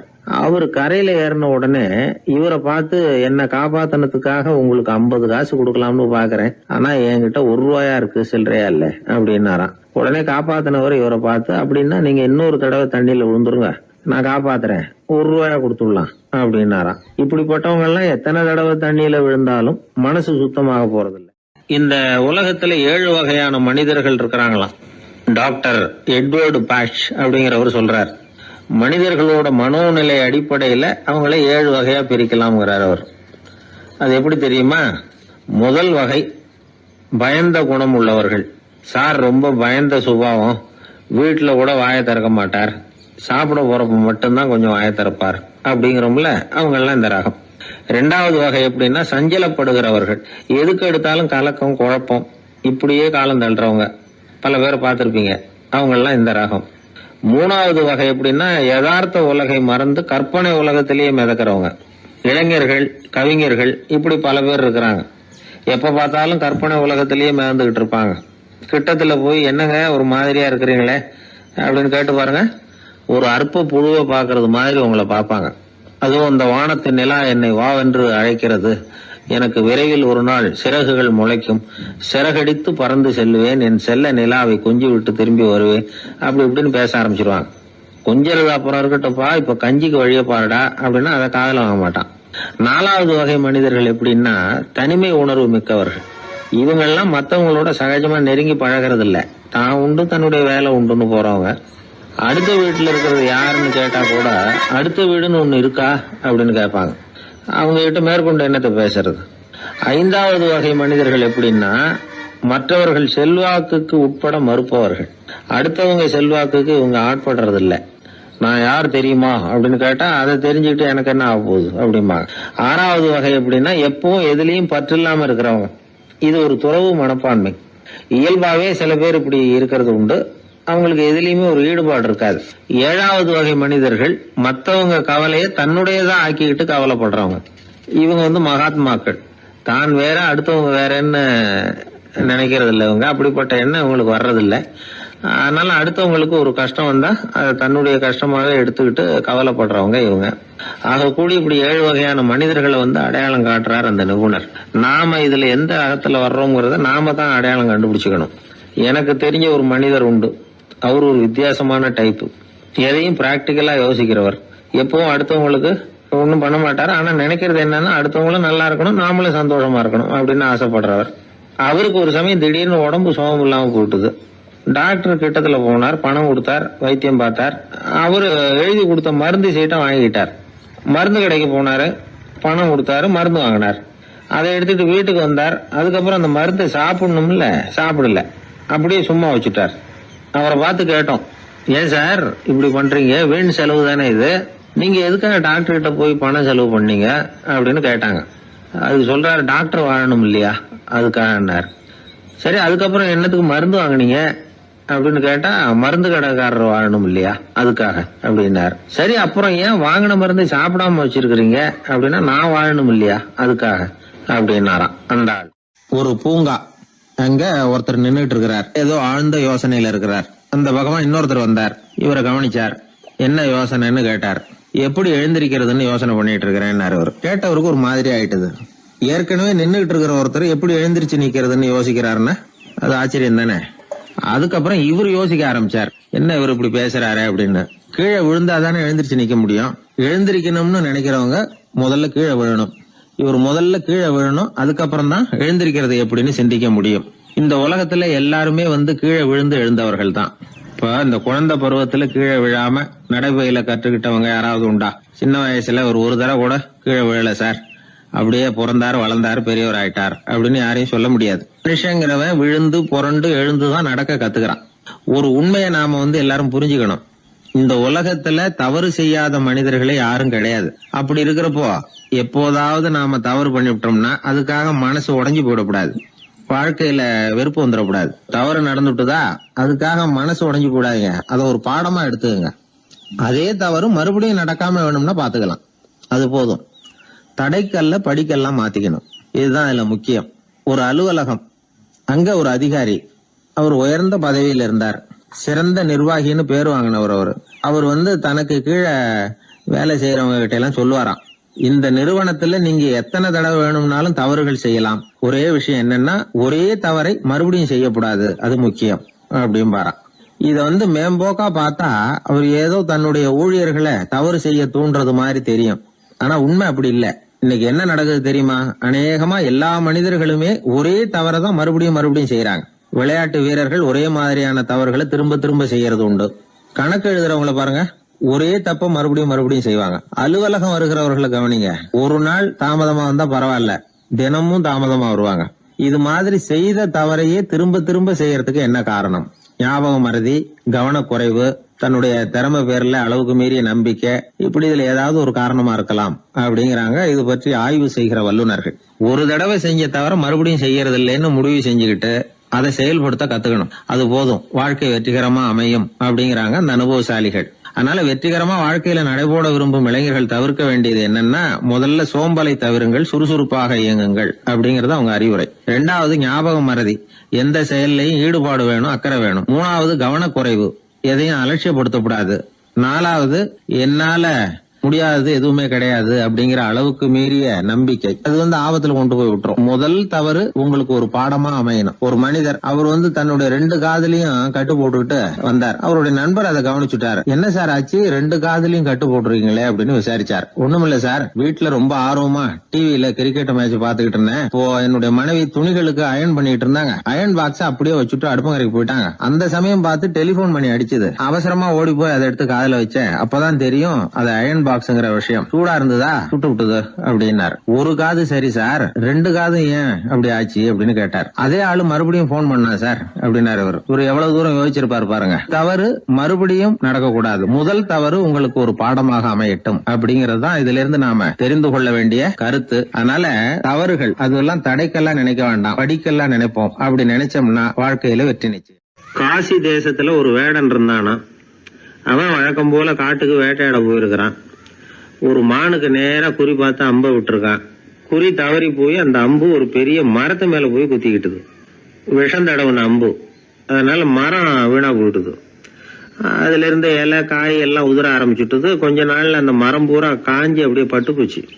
அந்த மரத்துல ஒரு பொந்து, அதுல ஒரு கிளி ரொம்ப காலமா இருந்துகிட்டு இருக்குது. அந்த மரம் நல்லபடியா வளமா இருந்த காலத்துல நிறைய பறவைகள் அதுல தங்கி இருந்தது. மரம் காய ஆரம்பிச்சதும் அந்த பறவை எல்லாம் யோசிக்க ஆரம்பிச்சது, சரி இனிமே இந்த மரம் நமக்கு சரிப்பட்டு வராது, வேற இடம் பார்க்க வேண்டியதுதான் அப்படின்னு நினைச்சு ஒவ்வொன்னா பறந்து போக ஆரம்பிச்சுட்டுது. கடைசியில தங்கி இருந்தது அந்த ஒரு கிளி மட்டும்தான். அது அந்த மரத்தை விட்டுட்டு எங்கேயும் போறதுக்கு பிரியப்படல. ஏன்னா அதுக்கு அந்த மரத்து மேல அவ்வளவு அன்பு. இறை தேடுறதுக்கு கூட அந்த கிளி வெளியே போறதில்ல. சாப்பிடாம இருந்தா உடம்பு என்னத்துக்கு ஆகும்? கிளி ரொம்ப வாடி போயிட்டுது, சத்தம் போட்டு கத்த கூட அதால முடியல. அந்த கிளி இப்படி நடந்துக்கிறது தேவலோகத்துல இருந்த இந்திரனுக்கே ரொம்ப ஆச்சரியமா இருந்ததுதான். நேர்ல போய் அந்த கிளிய பாத்துட்டு வந்தா தேவையில்லைன்னு தோணுச்சு அவனுக்கு. உடனே தேவலோகத்திலிருந்து புறப்பட்டு பூலோகத்துக்கு வந்து சேர்ந்தான் இந்திரன். ஒரு சாதாரண மனுஷன் மாதிரி அந்த கிளிக்கு முன்னாடி போய் நின்னான். கிளியே, உனக்கு என்ன பைத்தியமா? இந்த மரத்துல இலையும் இல்ல காயும் இல்ல, கிளையெல்லாம் காஞ்சி போய் எப்போ ஒடிஞ்சு விழலாம்னு நேரம் பார்த்துக்கிட்டு இருக்குது. நீ இன்னமும் இதையே கட்டிக்கிட்டு அழுதுகிட்டு இருக்கிறிய. உன் கூட இருந்த மற்ற பறவைகள்லாம் பாத்தியா? இதே காட்டுல உள்ள செழிப்பான மரங்கள்ல போய் கூடு கட்டிக்கிட்டு சுகமா இருந்துகிட்டு இருக்கு. நீ மட்டும் ஏன் இப்படி கஷ்டப்படணும் அப்படின்னு கேட்டான் இந்திரன். கிளியை சும்மா சோதிக்கிறதுக்காக தான் அப்படி கேட்டிருக்கான். அந்த கிளிக்கு தவ வலிமை அதிகம், அதனால வந்திருக்கிறது இந்திரன் தாங்கிறது அதுக்கு புரிஞ்சு போச்சு. தேவேந்திரா, நான் இந்த மரத்துல தான் பிறந்தேன் வளர்ந்தேன். சின்ன வயசுல இருந்து என்னை வளர்த்து காப்பாத்தி ஆளாக்குனது இந்த மரம் தான். எனக்கு பசி எடுத்தப்போ பழம் கொடுத்தது இந்த மரம் தான். எனக்கு ஆபத்து வந்தப்போ அடைக்கலம் கொடுத்தது இந்த மரம் தான். இப்போ இந்த மரம் கஷ்ட திசையில இருக்குது. இந்த நேரத்துல நான் மட்டும் நல்லா இருந்தா போதும்னு நினைக்கலாமா? அது சுயநலம் இல்லையா? இப்படி இது துன்பப்படுற காலத்துல நானும் இது கூட இருந்து துன்பத்தை சகிச்சுக்கிறது தான் நியாயம். உதவி செஞ்சவங்களை உதறி தள்ளுறது நல்லது இல்லைங்கிறது உங்களுக்கே தெரியும். என்னோட நல்ல விரதத்தை குலைக்கிறது மாதிரி அல்லவா இருக்குது நீங்க சொல்றது. தேவர்களுக்கு ஏற்படுற சந்தேகங்களையே தீர்த்து வைக்கக்கூடிய நிலைமையில இருக்கிற நீங்க எனக்கு இப்படி உபதேசம் பண்ணலாமா அப்படின்னு கேட்டுதான் கிளி. இந்திரனுக்கு ரொம்ப மகிழ்ச்சி. இத கேட்டதும், கிளியே, நண்பர்கள்னா உன்ன மாதிரி இருக்கணும். பொதுவா ஒருத்தர் நல்லா இருக்கிறப்போ அவரை சுத்தி நிறைய பேர் இருப்பாங்க. அவர் கொஞ்சம் வீணா போயிட்டா அத்தனை பேரும் ஓடி போடுவாங்க. நீ அது மாதிரி இல்ல. சுகத்தையும் துக்கத்தையும் சமமா எடுத்துக்கிட்ட. உன்னை பாராட்டுறேன். உனக்கு விருப்பமான வரம் ஏதாவது கேளு தரேன் அப்படின்னாராம் இந்திரன். கிளி என்ன வரம் கேட்டது தெரியுமா? இந்த மரம் மறுபடியும் முன்னாடி இருந்தது மாதிரியே இலை பூ கனிகளோட செழிப்பா இருக்கணும் அப்படின்னு கேட்டுக்கிட்டு தான். அப்படியே தந்தேன்னாரு இந்திரன். அடுத்த வினாடியே மரம் முன்னாடி இருந்ததை விட செழிப்பா பூத்து குலுங்க ஆரம்பிச்சுட்டுது. அந்த கிளியும் ரொம்ப நாள் சந்தோஷமா வாழ்ந்துட்டு அதுக்கப்புறம் இந்திரலோகம் போய் சேர்ந்துதான். மகாபாரதத்துல பீஷ்மர் தர்மருக்கு இந்த கதையை சொல்றார். மற்றவர்கள் துன்பப்படுறப்போ இந்த கிளி மாதிரி எவன் பரிவு கொள்றானோ அவன் மேன்மை அடையிறது நிச்சயம் அப்படின்னு அவர் சொல்றார். சரி, அந்த கதையை இந்த சமயத்துல எதுக்கு சொல்லணும் அப்படின்னா, வயசான காலத்துல அம்மா அப்பாவை கவனிக்காத பிள்ளைங்க காதல இது விழட்டுமேங்கிறதுக்காக தான். மத்தவங்க துன்பப்படுறப்போ பரிவு காட்டினாலே அந்த அளவுக்கு மேன்மை கிடைக்கும்னா, பெத்தவங்க துன்பப்படுறப்போ பரிவு காட்டினா எந்த அளவுக்கு மேன்மைங்கிறத நினைச்சு பார்க்கணும். ஒரு வயசான அப்பா தன்னோட பிள்ளைய பத்தி ரொம்ப மெச்சுக்கிட்டார். என் பிள்ளை எப்பவும் புத்திசாலித்தனமா குடும்பம் நடத்துறான். அவன் சம்சாரம் கோவிச்சுக்கிட்டு பிறந்த வீட்டுக்கு போற அளவுக்கு அவன் நடந்துகிட்டதே இல்லை அப்படின்னார். அப்படிங்களான்னு கேட்டோம் ஆச்சரியமா. ஆமாங்க, ஏன்னா இவனே அவங்க வீட்டுக்கு போய் வீட்டோட மாப்பிள்ளையா தங்கிக்கிட்டான் அப்படின்னார். இவெல்லாம் எந்த காலத்துல அப்பா அம்மாவை காப்பாத்துற? ஒரு ஊர்ல 2 சகோதரர்கள், அதாவது அண்ணனும் தம்பியும். அந்த 2 பேர்ல அண்ணனுக்கு கல்யாணம் ஆயிட்டுது, தம்பிக்கு கல்யாணம் ஆகல. வேணாம்னு இருந்துட்டான். அவங்க 2 பேருக்குமே சொந்தமா கொஞ்சம் நிலம் இருந்தது. அது எப்படிப்பட்ட நிலம்னா நல்ல விளையக்கூடிய நிலம். அப்பா விட்டுட்டு போன சொத்து. தனித்தனியா விவசாயம் பண்ணிட்டு இருக்கிறாங்க. அண்ணங்காரன் கல்யாணம் ஆனவன். அவன் என்ன நினைப்பான்னா, நமக்கு மனைவி மக்கள் இருக்கிறாங்க, அதனால கடைசி காலத்துல நம்மளை காப்பாத்துறதுக்கு பிள்ளைங்க இருக்கிறாங்க, அதாவது முதுமையில நமக்கு பாதுகாப்பு உண்டு. ஆனா என் தம்பிக்கு தான் யாருமே இல்ல. அவன் கல்யாணமே பண்ணிக்கல, தனி ஆள். அவனுக்கு வயசானா அவனை கவனிக்கிறதுக்கு யாருமே இல்லையே. அதனால அவன் தான் அதிகமா பணம் சேர்க்கணும். அதுக்கு நாம தான் எப்படியாவது உதவி பண்ணணும் அப்படின்னு அண்ணங்காரன் நினைப்பான். அதுக்காக என்ன செய்யலாம்னு யோசனை பண்ணுவான். ஒரு நாள் ராத்திரி ஒரு சாக்கு நிறைய நெல்லை போட்டு எடுத்து கட்டிட்டான். கட்டி தூக்கிட்டு போறான். தம்பி வீட்டுக்கு பின்பக்கம் இருந்த களஞ்சியத்துல நெல்லை கொட்டிவிட்டு பேசாம திரும்பி வந்துட்டான். அவனுக்கு தெரியாம இதை செஞ்சுட்டான். ஏன்னா தம்பி கிட்ட நேரடியா கொடுத்தா வாங்கிக்க மாட்டான். அதனால இப்படி ரகசியமா போய் அவனுக்கு தெரியாமலே அவன் வீட்டு களஞ்சியத்துல தானியத்தை கொட்டி விட்டு திரும்பி வந்துட்டான். இதே மாதிரி அடிக்கடி பண்ணிட்டு இருக்கிறான் அவனுக்கு தெரியாம. ஆனா இதே நேரத்துல தம்பிக்காரன் என்ன யோசனை பண்ணான் தெரியுமா? நாம தனி ஆளு, ஆனா அண்ணன் குடும்பம் பெருசு, அதனால எனக்கு அதிகமா எதுவும் தேவையில்லை, அண்ணனுக்கு தான் தேவை அதிகம். குடும்பத்துல உள்ளவங்களை எல்லாம் காப்பாத்தணும், அவருக்கு தான் நாம ஏதாவது உதவி பண்ணணும்னு நினைச்சான். இவனும் அதே மாதிரி யோசனை பண்ணான். நேர்ல கொடுத்தா அவர் எதுவும் வாங்கிக்க மாட்டார், அதனால எப்படியாவது வேற வழியில தான் நாம அவருக்கு உதவி செய்யணும்னு யோசனை பண்ணான். அதனால இவனும் ராத்திரியோட ராத்திரியா ஒரு சாக்கு நிறைய தானியத்தை கொட்டி கட்டி எடுத்துக்கிட்டான். அண்ணனோட களஞ்சியத்துல கொட்டி விட்டு கம்முன்னு திரும்பி வந்துட்டான். இதே மாதிரி இவனும் அடிக்கடி செஞ்சுக்கிட்டு இருந்தான். அதாவது அண்ணன் நல்லா இருக்கணுமேன்னு நினைச்சு தம்பிக்காரன் கொண்டாந்து தானியத்தை கொட்டுறான், தம்பி நல்லா இருக்கணுமேன்னு நினைச்சு அண்ணங்காரன் கொண்டாந்து தானியத்தை கொட்டுறான். இது ஒருத்தருக்கு ஒருத்தர் தெரியாம தொடர்ந்து நடந்துகிட்டு இருக்குது. ஒரு நாள் என்னாச்சு தெரியுமா? நடு ராத்திரி அண்ணங்காரன் எழுந்திரிச்சான். வழக்கம் போல நெல்லு மூட்டையை தூக்கிட்டு தம்பி வீட்டுக்கு போறான். அதே நேரம் தம்பியும் எழுந்திரிச்சான். நெல்லு மூட்டையை தூக்கிட்டு அண்ணன் வீட்டுக்கு போறான். 2 தெருவும் சந்திக்கிற ஒரு இடத்துல 2 பேரும் மோதிக்கிட்டாங்க. அதுக்கப்புறம் தான் நிமிந்து பாக்குறாங்க யாருன்னு. அடடே தம்பி நீயா அண்ணா அவன், ஆமா அண்ணே நீங்களா அண்ணா இவன். ரொம்ப காலமா ரகசியமா நடந்துகிட்டு இருந்தது என்னங்கிற விஷயம் அப்பதான் அந்த இடத்துல 2 பேருக்குமே புரிஞ்சுது. இது நடந்து ரொம்ப காலம் கழிச்சு அந்த ஊர்ல கோயில் கட்டுறதுக்கு ஒரு இடம் தேடினாங்களாம். ஒரு புனிதமான இடம் தேவை, நம்ம ஊர்ல அப்படிப்பட்ட இடம் எதுன்னு எல்லாரும் யோசனை பண்ணாங்களாம். எல்லாரும் ஒரு மனதா முடிவு பண்ண இடம் எது தெரியுமா? அந்த அண்ணனும் தம்பியும் நடு ராத்திரியில சந்திச்சுக்கிட்ட அந்த இடம் தான். அதுதான் புனிதமான இடம் அப்படின்னு முடிவு பண்ணாங்க. அந்த இடத்துலதான் கோயிலையும் கட்டினாங்களாம். கடவுளை வணங்குகிறவர் வணங்காதவர் அப்படிங்கிற அடிப்படையில சமயத்தை கண்டறிவதில்லை. அன்பு செலுத்துகிறவர் செலுத்தாதவர் அப்படிங்கிற 2 வகையினரில் தான் சமயம் கண்டறியப்படுகிறது அப்படிங்கிறது பெரியவர்கள் கருத்து. இந்த காலத்துல எல்லாம் சகோதர பாசம் இப்படியா இருக்குது. ஒருத்தன் சொன்னான், எங்க வீட்டுல பங்கு பிரிச்சு போ, எனக்கு எதுவுமே வேணாம், எல்லாத்தையும் எங்க அண்ணன்கிட்டயே கொடுத்துருங்கன்னு சொல்லிவிட்டேன் அப்படின்னா ரொம்ப பெருமையா. பரவாயில்லையே, உங்க அப்பா விட்டுட்டு போனது எவ்வளவு இருக்கும்னு. அது என்ன சுமாரா ஒரு 50,000 இருக்கும்னா. என்ன சொத்தான்னு கேட்டேன். இல்லைங்க கடன் அப்படின்னா. அதனாலதான் கடன் இருக்குங்கிறதுனாலதான் அண்ணன்கிட்டயே கொடுத்துருங்க அப்படின்னு தாராளமா சொல்லிவிட்டு வந்திருக்கிறான். இப்படி இருக்குது சகோதர பாசம். ஆனா பாசம்ங்கிறது ரொம்ப உயர்வானது. அது அண்ணன் தம்பிகள் எப்படி இருக்கணும் அப்படிங்கறதுக்கு அந்த அபூர்வ சகோதரர்கள் ஒரு உதாரணம். குடும்பத்துல மற்றவர்கள்ட்ட நேசத்தோடையும் பாசத்தோடையும் பழகினாதான் வாழ்க்கை இனிமையா அமையும். கல்யாணத்துக்கு போயிருந்தியே எப்படி இருந்ததுன்னு கேட்டார் ஒருத்தர். எப்படி இருந்தது? சாப்பாடு சரியில்லை, சாம்பார்ல உப்பு பத்தல, இப்படி அடுக்கிக்கிட்டே போனார் அடுத்தவர். இது ஒரு மனித சுபாவம். எப்பவுமே எதிர்மறையான செய்திகளை பேசுறதுலதான் மனிதனுக்கு ஆர்வம் அதிகம். எது சரியில்லைங்கிறத சொல்றதுக்கு தான் அவன் ஆசைப்படுறான். எது சரியா இருந்ததுங்கிறத சொல்றதுக்கு அவன் ஆசைப்படுறது இல்ல. இப்ப எல்லாரும் சொல்லுவாங்களே, ஒரு பெரிய வெள்ளைத்தாள்ல நடுவுல ஒரு சின்ன கருப்பு புள்ளிய வைங்க, அத ஒருத்தர்கிட்ட காட்டி இது என்னன்னு கேட்டா கருப்பு புள்ளின்னு தான் சொல்லுவார். ஒரு சின்ன கருப்பு புள்ளியத்தான் அவர் கவனிக்கிறார். அந்த புள்ளியை சுற்றி இருக்கிற விசாலமான வெள்ளை பகுதியை அவர் கவனிக்கிறது இல்ல. இது மனித இயல்பு. ஒரு கண்ணாடி முன்னாடி போய் நிக்கிறோம், முகத்தை பாக்குறோம், கொஞ்சம் யோசனை பண்ணி பாருங்க. முகத்துல நமக்கு பிடிக்காத பகுதியை தான் முதல்ல கவனிப்போம்.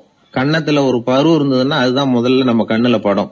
கருப்பா ஒரு மச்சம் இருந்தா அதைத்தான் நாம முதல்ல கவனிக்கிறோம். ஒரு சின்ன காயம் இருந்ததுன்னா ரொம்ப கவனிச்சு கூர்ந்து பாக்குறோம். அதை சுற்றி இருக்கிற அழகான பகுதிகள் எல்லாம் அதுக்கு அப்புறம் தான். அவ்வளவு தூரத்துக்கு ஏன்? காலையில ஒரு செய்தித்தாளை கையில எடுத்து புரட்டுறீங்க, எதிர்மறையான செய்திகளை தான் முதல்ல பாக்குறோம். ஆக்கப்பூர்வமான செய்திகள்லாம் அதுக்கப்புறம் தான். எதிர்மறையான செய்திகள் தான் பத்திரிகைகளின் விற்பனையை உயர்த்துது. இப்ப ஒரு கும்பல்ல கலவரம், பத்திரிகையில செய்தி எப்படி வருது? கலவரத்துல 10 பேர் உயிரிழந்தார்கள் அப்படின்னு தான் வரும். அந்த கலவரத்துல 918 பேர் உயிரோடு திரும்பி போனார்கள் அப்படின்னு போடுறது இல்ல. எத்தனை பேர் இறந்து போனாங்க அப்படிங்கிறது தான் பத்திரிகைக்கு முக்கியம். ஏன்னா மனித மனம் அதை தான் கவனிக்குது. பாதகமான செய்திகளே பத்திரிகைகள்ல அதிகமா வருது, எதிர்மறையான செய்திகளுக்கு தான் அதிக முக்கியத்துவம் கொடுக்கப்படுது. இதனால என்ன ஆகுது தெரியுமா? இந்த உலகத்துல எங்க பார்த்தாலும் கொலையும் கொள்ளையும் விபத்தும் உயிரிழப்பும் தான் நடந்துகிட்டு இருக்கு அப்படிங்கறது மாதிரி ஒரு பிரமை. இந்த உலகத்துல மகிழ்ச்சிகளை எல்லாம் நாம மறந்துடுறோம். வாழ்வின் வெளிச்சங்களை எல்லாம் நாம இழந்துடுறோம். இன்னைக்கு விமான விபத்துல 214 பேர் உயிரிழந்தார்கள் அப்படிங்கிறது எதிர்மறையான செய்தி. இன்று விமானம் மூலமாக 2 லட்சம் பேர் சௌக்கியமாக பயணம் செய்தார்கள் அப்படிங்கிறது நேரடியான செய்தி. ஆனாலும் செத்ததுதான் செய்தியா வரும். சௌக்கியமா போனவங்களை பத்தி வெளியில தெரியாது. வாழ்க்கையின் சாதகமான அம்சங்கள்ல கவனம் செலுத்துறதுக்கு நாம கத்துக்கணும். இந்த உலகத்துல நாம மகிழ்ச்சியா இருக்கிறதுக்கு எவ்வளவோ விஷயங்கள் உண்டு. அதெல்லாம் கவனிச்சு பாக்குறதுக்கு நாம கத்துக்கணும்.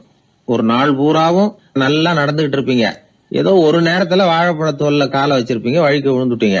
வழிக்கு விழுந்ததுதான் நமக்கு பெருசா தெரியும். நாலு பூரா நாம நல்லா நடந்துகிட்டு இருந்தோமே அப்படிங்கறது தெரியாது பெருசா. நமது பலம் என்னங்கறதுலதான் அதிக கவனம் தேவை. தோல்வி மனப்பான்மை இது நெகட்டிவ் ஆட்டிடியூட்ஸ். தாழ்வு மனப்பான்மை நெகட்டிவ் செல்ஃப் இமேஜ். எதிர்மறையாவே நினைக்கிறது பேசுறது அப்படிங்கிற குணத்தை மாத்திக்காதவன் எந்த காலத்திலயும் முன்னேற முடியாது. அப்படிப்பட்டவன் வெற்றிகரமான மனிதனும் கிடையாது. ஆகையினால வாழ்க்கையில வெற்றி பெற விரும்புகிறவர்கள் எதிர்மறை மனோபாவத்தை மாற்றிக்கொள்ளுங்கள். நெகட்டிவ் விஷயங்கள்ல இருந்து உங்க கவனத்தை திருப்புங்க. பாசிட்டிவ் விஷயங்கள்ல கவனத்தை செலுத்துங்கள். ஒரே விஷயத்த கூட சில பேர் பாசிட்டிவா எடுத்துக்குவாங்க, சில பேர் நெகட்டிவா எடுத்துக்குவாங்க. ஒரு சத்திரத்துல 2 சாமியார்கள் சந்திச்சுக்கிட்டாங்களாம். தங்களுடைய சொந்த கதைகளை அவங்க பேசிக்கிட்டாங்க. ஒரு சாமியார் சொன்னார், எனக்கு சம்சாரம் இல்ல, அதனாலதான் நான் சாமியார் ஆயிட்டேன் அப்படின்னாரு. இன்னொருத்தர் சொன்னார், எனக்கு சம்சாரம் இருக்கா, அதனால நான் சாமியார் ஆயிட்டேன் அப்படின்னார். அதனால வாழ்க்கைய அவரவர்கள் பார்க்கிற பார்வை வேற வேற மாதிரி. எதையும் எதிர்மறையா எடுத்துக்கப்படாது, ஆக்கப்பூர்வமா எடுத்துக்கணும். அப்படிங்கறத புரிஞ்சுக்கிட்டோம்னா நம்ம வாழ்க்கையில வெற்றி நிச்சயம். நான் கணக்குல ரொம்ப வீக்கு சார் அப்படின்னு சொல்லிக்கிறதுல நம்மள பல பேர் வெக்கப்படுறது இல்ல. நம்ம மூளை கணக்கு போட எப்பவும் தயாரா தான் இருக்குது. ஆனா அதை நாம சரியா உபயோகப்படுத்துறது இல்ல. அதுதான் விஷயம். கம்ப்யூட்டர் வந்த பிறகு இன்னமும் சௌகரியமா போச்சு. கணக்கு போடுற வேலையெல்லாம் அதுகிட்ட ஒப்படைச்சிட்டோம். கம்ப்யூட்டரை விட வேகமா மனுஷனால கணக்கு போட முடியுமா அப்படின்னா முடியுமா. ஆனா முடியும்னு நிரூபிச்சு காட்டினவங்க இந்த உலகத்துல ஒரு 10-20 பேர் தான். ஒரு பென்சிலோ காகிதமோ இல்லாம 17 இலக்க எண்களை கூட கூட்டி கழிச்சு பெருக்கி வகுக்கிறாங்க. நீங்க பிறந்ததுல இருந்து இந்த வினாடி வரைக்கும் எவ்வளவு காலம் ஆயிருக்குது அப்படின்னு கேட்டா அதை நொடிகள்ல சொல்றாங்க. ஒரு புஸ்தகத்தை கொடுத்து படிக்க சொல்லி அதுல மொத்தம் எத்தனை எழுத்து இருக்குது அப்படின்னு கேட்டா கரெக்டா சொல்லி விடுறாங்க. இப்படிப்பட்ட திறமைசாலிகள் இந்த உலகத்துல இருக்கதான் செய்யறாங்க. அது சரி, அவங்களால மட்டும் அது எப்படி முடியுது? இதுக்கு சரியான விளக்கத்தை இதுவரைக்கும் யாரும் சொல்லல. இந்த கணக்கு புலிகள், கணித மேதைகள் எப்படி அவ்வளவு பெரிய கணக்கெல்லாம் போடுறாங்கன்னு கேட்டா அதுக்கு யாராலையும் சரியான விளக்கம் கொடுக்க முடியல. ஆனா அவங்க எல்லாம் கொஞ்சம் கூட அலட்டிக்காம கணக்கு போட்டு சொல்லி விடுறாங்க. இவ்வளவுக்கும் அவங்க கணக்கு கல்வியை முறையா கத்துக்கிட்டவங்களா அப்படின்னு கேட்டா அதுவும் கிடையாது. சோவியத் ஆய்வாளர் ஒருத்தர் முதல் தடவையா இது சம்பந்தமா ஆச்சரியமான ஒரு முடிவை சொல்லி இருக்கிறார். அவர் என்ன சொல்றாருன்னா, கம்ப்யூட்டர்களையே தோக்கடிக்கக்கூடிய வேகத்துல கணக்கு போடுகிற திறமையுள்ள மூளை இயற்கையிலேயே சில பேருக்கு மட்டும்தான் இருக்குங்கிறது சரியில்லை. இந்த உலகத்துல பிறந்த எல்லாருடைய மூளைக்குள்ளேயும் ஒரு கம்ப்யூட்டர் மூளை இருக்குது அப்படிங்கிறார் அவர். நம்ம கிட்ட இருக்கிற சாதாரண மூளைக்கு அபாரமான திறமை இருக்குதான். இப்போ உதாரணத்துக்கு, ஒரு மாமரத்துல உச்சி கிளையில ஒரு நல்ல மாங்காயை பாக்குறோம். ஒரு கல்லை எடுத்து குறி பார்த்து வீசுறோம். ஒரு தடவை இல்லைன்னா கூட இன்னொரு தடவை கரெக்டா பார்த்து அடிச்சு விடுறோம். மாங்காய் கைக்கு வந்துடுது. இது சாதாரணமா எல்லாரும் செய்யக்கூடிய ஒரு காரியம். இதுல கவனிக்க வேண்டியது என்னன்னா, கண் அமைக்கிற நேரத்துக்குள்ள மனுஷ மூளை அந்த கல்லோட எடை, மாங்காய் இருக்கக்கூடிய உயரம், தூரம், எரிய வேண்டிய விசையின் அளவு, வேகம் எல்லாத்தையும் கணக்கு போட்டு சொல்லிவிடுது. அதுக்கப்புறம் தான் கல்லை வீசுறோம். நம்ம அறியாமலேயே நமக்குள்ள நடக்கிற ஒரு அதிசயம் இது. மனுஷன் படைச்ச கம்ப்யூட்டரால இவ்வளவு சிக்கல் நிறைந்த விஷயத்தை இவ்வளவு சீக்கிரத்துல கணக்கு போட முடியாதான். அதனாலதான் மனித மூளைக்குள்ள ஒரு கம்ப்யூட்டர் மூளை, அதாவது கணக்கு போடுகிற மூளை இருக்குது, அது இயங்குது அப்படிங்கறத அதுல இருந்து புரிஞ்சுக்க முடியும்னு சொல்றாங்க. இத உயிர் கம்ப்யூட்டர் அப்படின்னு சொல்லலாமா, பயோ கம்ப்யூட்டர். இயற்கை என்ன பண்ணி இருக்குதுன்னா, இந்த உயிர் கம்ப்யூட்டர் விசைய அணைச்சு விட்டு உணர்வு மூளையின் செயல்பாட்டை திறந்து விட்டுருக்கு. அதனால உணர்வு மூளையை உபயோகிக்கிற மனுஷன் தன்னுடைய இயற்கை திறமையை மறந்துட்டு தானே வளர்த்துக்கிட்ட திறமையின் மூலமா சிந்திக்க ஆரம்பிச்சான். இந்த இயற்கையின் உயிர் கம்ப்யூட்டர் விசை அணைக்கப்படாம சில பேருக்கு இருந்துருது. அவங்கதான் கணித மேதைகள். அவங்களுக்கெல்லாம் உயிர் கம்ப்யூட்டருக்கும் உணர்வு மூளைக்கும் தொடர்பு ஏற்பட்டிருக்கு. இப்ப இந்த தொடர்பை எல்லாருக்கும் ஏற்படுத்துறதுக்கு ஒரு வழியை கண்டுபிடிச்சிட்டோம்னு வைங்க, அதுக்கப்புறம் நாம எல்லாருமே கணித மேதைகள் தான், கணக்கு புலிகள் தான். அது வரைக்கும் நாம இப்படியே இருந்துட வேண்டியதுதான். நம்மால் ஒருத்தன் மாங்காய் அடிச்ச கதை தெரியுமா உங்களுக்கு? ஒரு மரத்து உச்சியில ஒரு மாங்காயை பார்த்தான். உடனே அவனுடைய மூளை கல்லோட எடை, மாங்காய் இருக்கிற உயரம், எரிய வேண்டிய வேகம் எல்லாத்தையும் ஒரு நொடியில கணக்கு போட்டு சொல்லிவிட்டுது. அடிச்சான், மாங்காய் விழுந்துட்டுது. இருந்தாலும் அவன் தன்னுடைய மூளையை நொந்துக்கிட்டான். மோசமான மூளைன்னா ஏண்டான்னு கேட்டோம். என்னுடைய மூளை எல்லாத்தையும் சரியா கணக்கு போட்டு சொல்லிவிட்டுது, இருந்தாலும் ஒரு விஷயத்த என்கிட்ட சொல்லாம விட்டுட்டுது அப்படின்னா. என்னத்தேன்னு கேட்டோம். அந்த தோட்டத்துக்கு சொந்தக்காரன் என் பின்னாடி 10 அடி தூரத்துலதான் நின்றுட்டு இருக்கிறாங்கிறத எனக்கு கணக்கு போட்டு அது சொல்லாம விட்டுட்டுது அப்படின்னா. முதுவை தடவிக்கிட்டேன். ஒருத்தர் முகத்தை உம்முன்னு வச்சுக்கிட்டு வந்துகிட்டு இருந்தார். ஏன்னு கேட்டாங்க. யாரு என்ன பார்த்தாலும் உடனே முகத்தை திருப்பிக்கிட்டு போடுறாங்க சார் அப்படின்னார். உங்ககிட்ட பிரியமா பேசுற நண்பர்களே கிடையாதா அப்படின்னு கேட்டாங்க. அப்படி யாரும் இல்லையே அப்படின்னாராம். அதிகமா நமக்கு நண்பர்கள் கிடைக்கணும்னா அதுக்குன்னு சில உத்திகள் இருக்கு, அமெரிக்க எழுத்தாளர் ஒருத்தர் சொல்லியிருக்கிறார் அப்படின்னு சொன்னாங்களாம், விவரம் தெரிஞ்சவங்க. அப்படின்னு அதை எனக்கும் கொஞ்சம் சொல்லி கொடுங்களேன் அப்படின்னு கேட்டிருக்காரு இவர். உடனே அதை பத்தி அவர்கிட்ட சொல்ல ஆரம்பிச்சாங்களாம். அது என்னன்னா, முதல் குறிப்பு என்னன்னா, எதிரில் உள்ளவங்க நிறைய பேசுறதுக்கு வாய்ப்பு கொடுக்கணுமா. நம்ம பத்தியே பேசிட்டு இருக்க கூடாதான். அவர் பேசுற விஷயம் எதுவா இருந்தாலும் ஆமா நல்லது அப்படின்னு சொல்லி ஏத்துக்கணுமா. இது ஒரு குறிப்பு. 2வது குறிப்பு என்னன்னா, கூடுமான வரைக்கும் யாருகிட்டயும் அனாவசியமா வாதம் பண்ணிட்டு இருக்க கூடாது. 3வது குறிப்பு என்னன்னா, எந்த பிரச்சனையையும் அடுத்தவங்க கண்ணோட்டத்திலேயே பார்க்கணும், நம்ம கண்ணோட்டத்திலேயே பார்த்துட்டு இருக்க கூடாது. எப்பவுமே அடுத்தவங்க மனோபாவத்தை நாம புரிஞ்சு வச்சிருந்தோம்னா நம்மள யாராலையும் ஜெயிக்க முடியாது. 4வது குறிப்பு என்னன்னா, ஒருத்தர்கிட்ட பேச ஆரம்பிக்கிறப்பவே இயல்பா அன்பா ஆரம்பிக்கணும். உதாரணத்துக்கு, இந்த சட்டை உங்களுக்கு ரொம்ப பொருத்தமா இருக்குதே அப்படின்னு சொல்லி ஆரம்பிக்கலாம். அதை விட்டுட்டு, அன்னைக்கு என்ன சார் என்ன அம்போன்னு விட்டுட்டு அப்படி ஆயிட்டீங்க அப்படின்னு ஆரம்பிக்க கூடாதான். இதெல்லாம் விவரம் தெரிஞ்சவங்க சொல்லி கொடுத்திருக்கிற குறிப்புகள். 5வது விஷயம் என்னன்னா, நம்ம தவறுகளை தயக்கம் இல்லாம ஒத்துக்கணும். அதுக்காக கூச்சப்படக்கூடாது. 6வது குறிப்பு, அடுத்தவங்க கருத்துக்கு மதிப்பு கொடுக்கணும். நீங்க சொல்றது தப்பு சார் அப்படின்னு முகத்துல அடிச்சா அப்படி பேசக்கூடாது. 7வது விஷயம் என்னன்னா, சில பேர் எப்ப பார்த்தாலும் சவால் விட்டுக்கிட்டே இருப்பாங்க. அனாவசியமான சவால் சில பேரால தவிர்க்க முடியாது, அப்படி விடக்கூடாதான். 8வது கருத்து, நம்ம கருத்து என்னவோ அதை எதிராளியின் வாயிலிருந்து வரவழைக்கணும். அப்படி வரவழைக்கிறதுக்கு முயற்சி பண்ணணும். இது ஒரு முக்கியமான கருத்து. அப்புறம் 9வது குறிப்பு என்னன்னா, நம்ம யோசனைய புதிய முறையில சொல்லி பார்க்கலாம். அடுத்தவங்க சொல்ற யோசனையை ஏத்துக்கணும். அந்த யோசனை மகா மோசமா இருந்தா கூட அதை ஏத்துக்கிற மாதிரி நடிக்கலாமா, அது கூட தப்பு இல்லைங்கிறாங்க. 10வது குறிப்பு ரொம்ப முக்கியமானது. அதாவது அனாவசியமா பொய் சொல்லக்கூடாது. அப்படி எப்பவாவது பொய் சொல்ல வேண்டிய அவசியம் வந்துட்டுதுன்னு வைங்க, பெரிய பொய்யா சொல்லி கொள்ளணுமா, அதை நம்பும்படியா சொல்லணுமா. சில சமயம் தேவைப்பட்டா பொய்ய உண்மையா கூட மாத்திக்கலாமா. அது எப்படி பொய்ய உண்மையா மாத்திக்கிறது அப்படின்னா, இப்ப எனக்கு கார் ஓட்ட தெரியும்னு நண்பர்கள் கிட்ட பொய் சொல்லியாச்சு. நண்பர்கள் நிஜமாவே ஒரு காரை கொடுத்து ஓட்டுன்னு சொல்றதுக்கு முன்னாடி ஏதாவது ஒரு டிரைவிங் ஸ்கூல்ல சேர்ந்து கார் ஓட்டுறதுக்கே கத்துக்கிறது. இது ஒரு உதாரணம். இது மாதிரி பொய்ய உண்மையாக்கக்கூடிய சில உத்திகள் உண்டு. அதனால சில பிரச்சனைகளை தீர்த்தர முடியுமா. அப்புறம் 11வது குறிப்பு என்னன்னா, உயர்ந்த நோக்கங்களை மட்டும் வெளியில பேசணும். உள் மனசு எவ்வளவு ஒட்டடை படிஞ்சு கிடந்தாலும் பரவாயில்ல, அதை பத்தி பேச வேண்டியதில்லை. 12வது குறிப்பு சொல்றாங்க, சிறந்த நல்ல நண்பர்களை தேடிதான் பெற வேண்டியிருக்கும், அவ்வளவு சுலபமா கிடைச்சிட மாட்டாங்க அப்படின்னு சொல்றாங்க. இவ்வளவு குறிப்புகளும் அமெரிக்க நிபுணர் ஒருத்தர் சொல்லி வச்சிருக்கிறார். இப்படி எல்லாம் நடந்துகிட்டா நமக்கு நல்ல நண்பர்கள் கிடைப்பாங்களாம். முயற்சி பண்ணி பார்க்கணும். இந்த காலத்துல எல்லாம் எத்தனையோ விதமான நண்பர்கள் உண்டு. ஒருத்தர் ரொம்ப கவலையோட நின்னுகிட்டு இருந்தார். கண்ணு கலங்கி இருந்தது. ஏன் இப்படி கவலையோட நின்னுகிட்டு இருக்கிறீங்க அப்படின்னு கேட்டோம். என்னுடைய நண்பன் ஒருத்தன் ஒரு நாள் கோபத்துல என்னை பார்த்து சொல்லிவிட்டான், உன்னோட 1 வருஷத்துக்கு பேச மாட்டேன் போ அப்படின்னு சபதம் போட்டுட்டான் அப்படின்னார். அதுக்காகவா இப்படி கவலைப்பட்டுக்கிட்டு கண் கலங்கி நிக்கிறீங்க அப்படின்னு கேட்டோம். இதுக்கு அவரு சொன்னார், நான் அதுக்காக கவலைப்படல சார், அந்த 1 வருஷ கெடு என்னையோட முடியுது, அதை நினைச்சுதான் கவலைப்படுறேன், கண்ணீர் விடுறேன் அப்படின்னாராம் சோகமா. ஒருத்தர் ரொம்ப கவலையோட வந்தார். ஏன் இப்படி ஒரு மாதிரியா வர்றீங்க அப்படின்னு கேட்டேன்.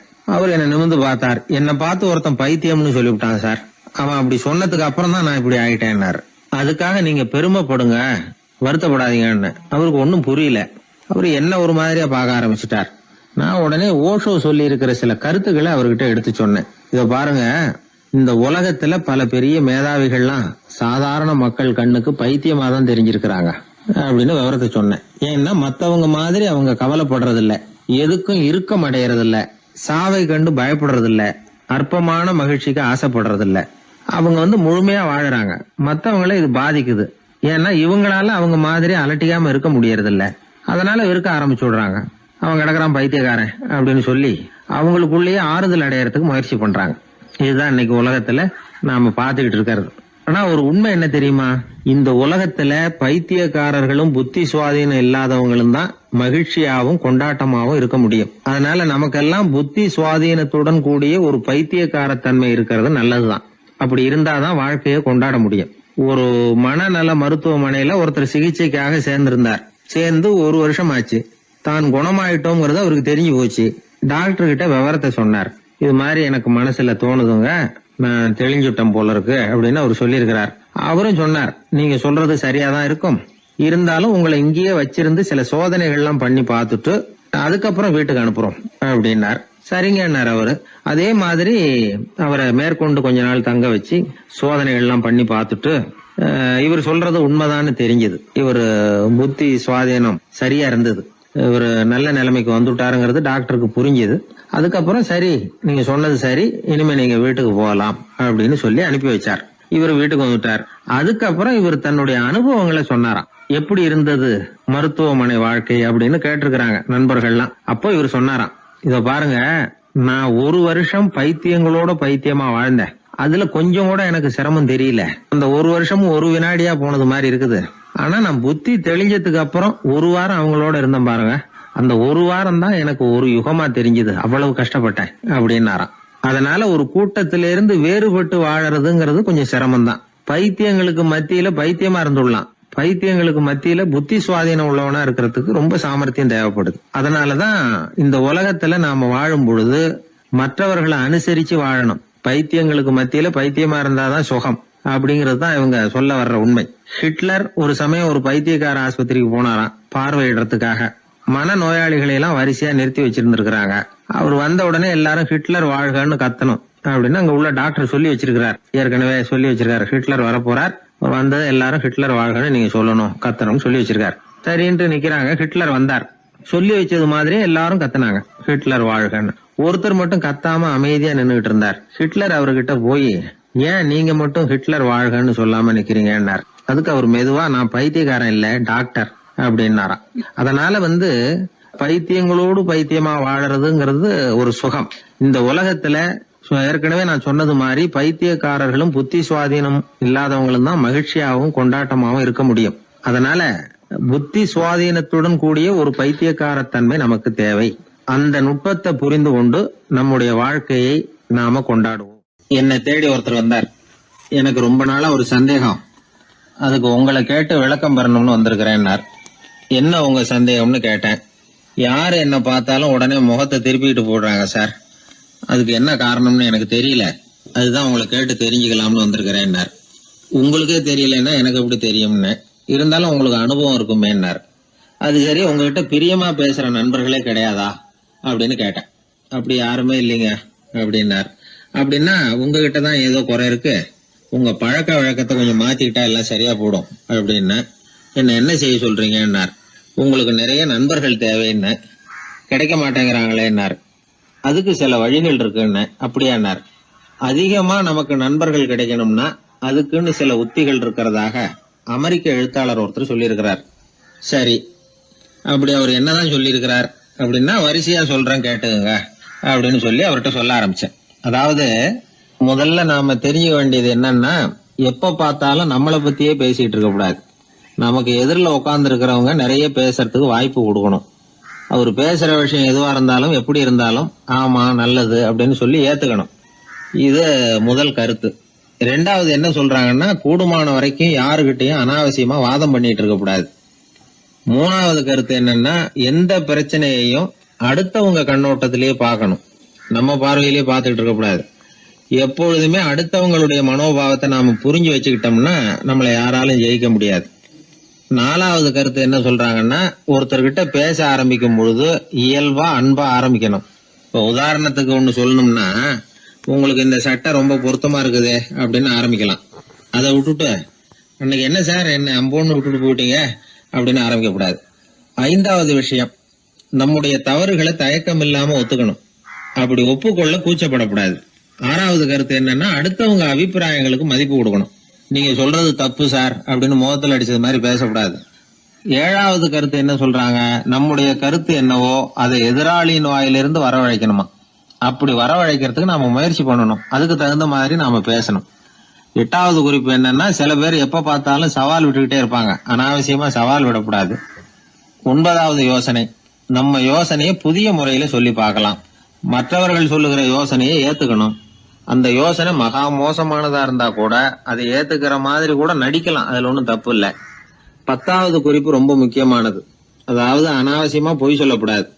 அப்படி எப்பொழுதாவது பொய் சொல்ல வேண்டிய அவசியம் ஏற்பட்டா பெரிய பொய்யா சொல்லணும், அதை நம்பும்படியா சொல்லணுமா. இதெல்லாம் அந்த நிபுணர் சொல்ற கருத்து தான்.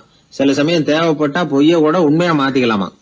அது எப்படி பொய்ய உண்மையா மாத்துறது அப்படின்னா, இப்ப எனக்கு கார் ஓட்ட தெரியும்னு நண்பர்கள் கிட்ட ஒரு பொய்ய சொல்லிவிட்டீங்கன்னு வைங்களேன், நண்பர்கள் நிஜமாவே ஒரு காரை கொடுத்து ஓட்டுன்னு சொல்றதுக்கு முன்னாடி ஏதாவது ஒரு டிரைவிங் ஸ்கூல்ல சேர்ந்து கார் ஓட்ட கத்துக்கலாமே. இதுதான் இந்த பொய்ய உண்மையா மாத்துறது. இது ஒரு உதாரணம், அவ்வளவுதான். இது மாதிரி பல பொய்களை உண்மையாக்க முடியும். அப்படி பொய்ய உண்மையாக்கி கூட சில பிரச்சனைகளை தீர்த்துற முடியும். 11வது குறிப்பு என்ன சொல்லுதுன்னா, உயர்ந்த நோக்கங்களை மட்டுமே வெளியில பேசணும். உள் மனசு எவ்வளவு ஒட்டடை படிஞ்சு கிடந்தாலும் பரவாயில்ல. 12வது குறிப்பு, நல்ல நண்பர்களை தேடித்தான் பெறணும், அவங்க அவ்வளவு சுலபமா கிடைச்சிட மாட்டாங்க. இவ்வளவும் அனுபவசாலிகள் சொல்லி இருக்கிற குறிப்புகள். இந்த ஆலோசனைகளின்படி நடந்தா நமக்கு நல்ல நண்பர்கள் கிடைப்பாங்க. அதுக்கப்புறம் நமது வாழ்க்கை வெற்றி இருக்கிற திசையை நோக்கி வேகமா நகர ஆரம்பிக்கும். இந்த காலத்திலேயே நல்ல நண்பர்கள்லாம் எத்தனையோ பேர் உண்டு. ஒருத்தர் ரொம்பவும் கவலையோட நின்றுகிட்டு இருந்தார். கண்கள் கலங்கி போயிருந்தது. கிட்டத்தட்ட அழுதுகிட்டு இருந்தார். ஏன் சார் இப்படி அழறீங்க, என்ன ஆச்சு உங்களுக்குன்னு கேட்டேன். ஒரு மெதுவா கண்ணை தொடச்சிக்கிட்டு, என்னுடைய நண்பன் ஒருத்தன் ஒரு நாள் கோவத்துல என்னை பார்த்து உன்னோட 1 வருஷத்துக்கு பேச மாட்டேன் போன்னு சொல்லிவிட்டான், சபதம் போட்டுட்டான் அப்படின்னாரு. அதுக்காக இப்படி கவலைப்படுறீங்கன்னு கேட்டேன். அவரு சொன்னார், நான் அதுக்காக கவலைப்படல சார், அந்த 1 வருஷ கேடு என்னோட முடியுது, நான் அதை நினைச்சு எழுதிட்டு இருக்கிறேன் அப்படின்னா. இப்படிப்பட்ட நண்பர்களும் உண்டு. அதனால நல்ல நண்பர்களா பார்த்து நமக்கு சேர்த்துக்கிட்டோம்னா நம்ம வாழ்க்கையில எந்த முயற்சி எடுத்தாலும் அதுல சுலபமா வெற்றி கிடைக்கும். 11ஆம் நூற்றாண்டுல ஒரு புகழ்பெற்ற இறைநேச செல்வர் வாழ்ந்து வந்தார். அவர் பேரு அப்துல்லா ஹிஸ் சௌமை. இப்போ சோவியத் ரஷ்யாவில் உள்ள ஜீலான்கிற நகரத்தோட புறநகர் பகுதியில நீப்புன்னு ஒரு ஊர், அங்கதான் அவர் இருந்தார்.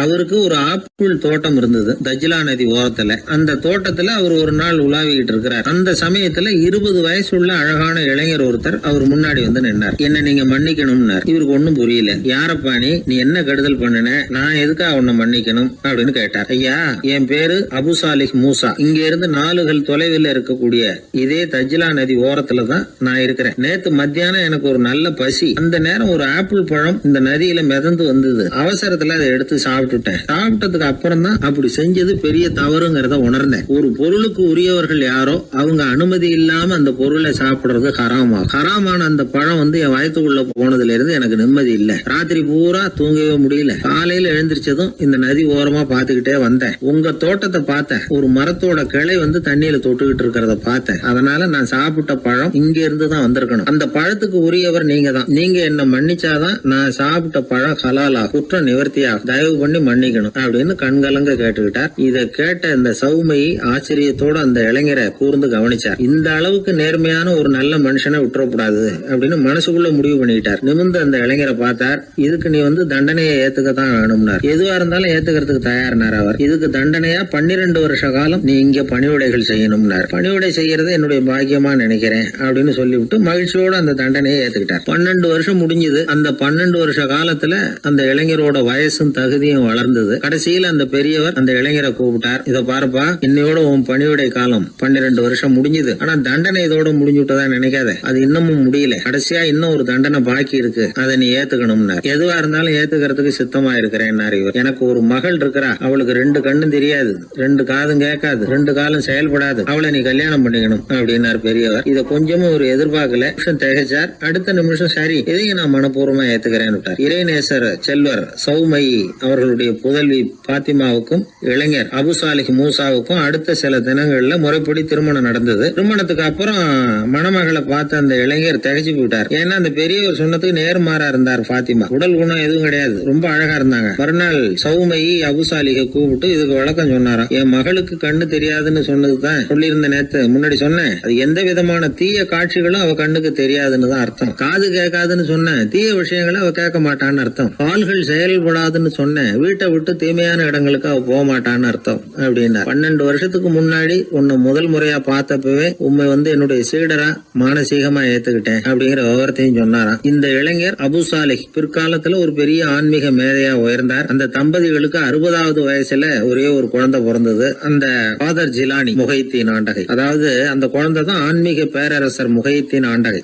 அப்படி வந்து அந்த கதையை சொல்லுவாங்க பழைய இதை. அப்படிப்பட்ட பெரியவர்களுடைய வாழ்க்கை தான் நமக்கு வழிகாட்டணும். எனக்கு ஒரு சிநேகிதன், அவன் சொன்னான், டேய், என்னுடைய மாமனார் கூட தன்னுடைய பொண்ணை எனக்கு திருமணம் பண்ணி கொடுக்கறதுக்கு முன்னாடி ஒரு செய்தியை சொன்னார். பொய்ன்னு அப்புறமா தான் தெரிஞ்சது அப்படின்னா. என்ன சொன்னார்னு கேட்டோம். என் பொண்ணு மாசத்துக்கு ஒரு தடவை ஏதாவது கோபம் வந்தா கையில கிடைக்கிறத எடுத்து உங்க மேல எரிவா, நீங்க தான் அனுசரிச்சு நடந்துக்கணும்னு சொன்னார் அப்படின்னா. அப்படி அவர் சொன்னது பொய்யா அப்படின்னு கேட்டேன். ஆமா, அவர் மாசம் ஒரு தடவைன்னு அவர் சொன்னது பொய், தினம் ஒரு தடவை அப்படி செய்யறா, இதுதான் உண்மை அப்படின்னா. ஒரு சீடன் அந்த காலத்துல அஹிம்சைக்கு மரியாதை அதிகமா இருந்தது. இந்த காலத்துல வந்து இம்சைக்கு அதிக மரியாதை. ஒரு பெரியவர் இருந்தார். உண்மையை பத்தியும் சத்தியத்தை பத்தியும் நிறைய உபதேசம் எல்லாம் பண்ணார். அது பிரகாரமே நடந்தார். அவர் பின்னாடி நிறைய கூட்டம்லாம் இருந்தது. சீடர்கள் அதிகமா இருந்தாங்க. அவர் கொள்கைக்கு மரியாதை இருந்தது. ஆனா காலப்போக்கில் அந்த மரியாதை குறைஞ்சு போச்சு. அவர் பின்னாடி போன கும்பலும் குறைஞ்சு போச்சு. இது ஏன்? இப்படி ஒரு கேள்வி கேட்டார் ஒருத்தர். அதுக்கு பதில் சொல்ல வந்தார் ஒருத்தர். அவரு ஒரு கதையை சொன்னார். சீக்கிய கதை. அதாவது மகான் குருநானக் வந்து உபதேசம் பண்ணிக்கிட்டு இருந்த காலம். அவர் பின்னாடி ஏகப்பட்ட கூட்டம் போற இடமெல்லாம் மக்கள் வெள்ளம் அவர் பின்னாடியே போயிட்டு இருந்ததுதான். அவர் எந்த ஊருக்கு போனாலும் எல்லாரும் பின்னாடியே போனாங்க. இந்த கூட்டத்தையும் அவங்க கிட்ட இருக்கிற ஆர்வத்தை போனார் ஒருத்தர். அவரு குருநானக்கோட நண்பர். அவர் நேரா போய் குருநானக்க பார்த்தார். ஆகா, உங்களுக்கு தான் எத்தனை ஆயிரம் சீடர்கள் அப்படின்னார். குருநானக் இதை கேட்டுட்டு லேசா சிரிச்சார். அவ்வளவுதான், பதில் எதுவும் சொல்லல. கொஞ்ச நாள் கழிச்சு குருநானக் ஒரு ஊரை விட்டுட்டு இன்னொரு ஊருக்கு புறப்பட்டார். ஆயிரக்கணக்கான ஜனங்கள் பின்னாடி போனாங்க.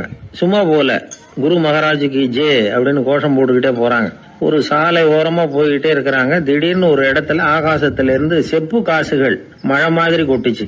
கோஷம் போட்டுக்கிட்டு வந்தவங்க எல்லாம் பாதி பேர் உடனே கரைஞ்சு ஓடினாங்க. அவங்களுக்கு கிடைச்ச செப்பு காசையெல்லாம் பொறுக்கிட்டு மடியில கட்டிக்கிட்டு சொல்லிக்காம கொள்ளாம நழுவி போயிட்டாங்க. அவர் இதையெல்லாம் கவனிக்காம தொடர்ந்து போயிட்டே இருக்கிறார். அடுத்த ஊருக்கு போனார். அங்க மறுபடியும் ஒரு பணமழை. போன தடவை செப்பு காசு கொட்டுச்சு, இந்த தடவை இங்க வெள்ளி காசா கொட்டுது. இப்பவும் இருந்த கூட்டத்துல பாதி பேர் கும்பல் அப்படியே கலைஞ்சு ஓடி போய் முடிஞ்ச அளவுக்கு அதை பொறுக்கிட்டு அப்படியே ஓடிட்டாங்க. குருநானக் தொடர்ந்து போறார். இன்னொரு ஊர்ல மறுபடியும் பணமழை. இந்த தடவை வெறும் தங்க காசா வந்து விழுது. இதை பார்த்ததும் மீதி இருந்த கும்பலும் கலைஞ்சு ஓடி போய் தங்க காசை அள்ளிக்கிட்டு அம்பேல் ஆயிட்டுது. குருநானக் திரும்பி பார்த்தார். கடைசியா எஞ்சி இருந்தது ஒரே ஒரு சீடர் தான்.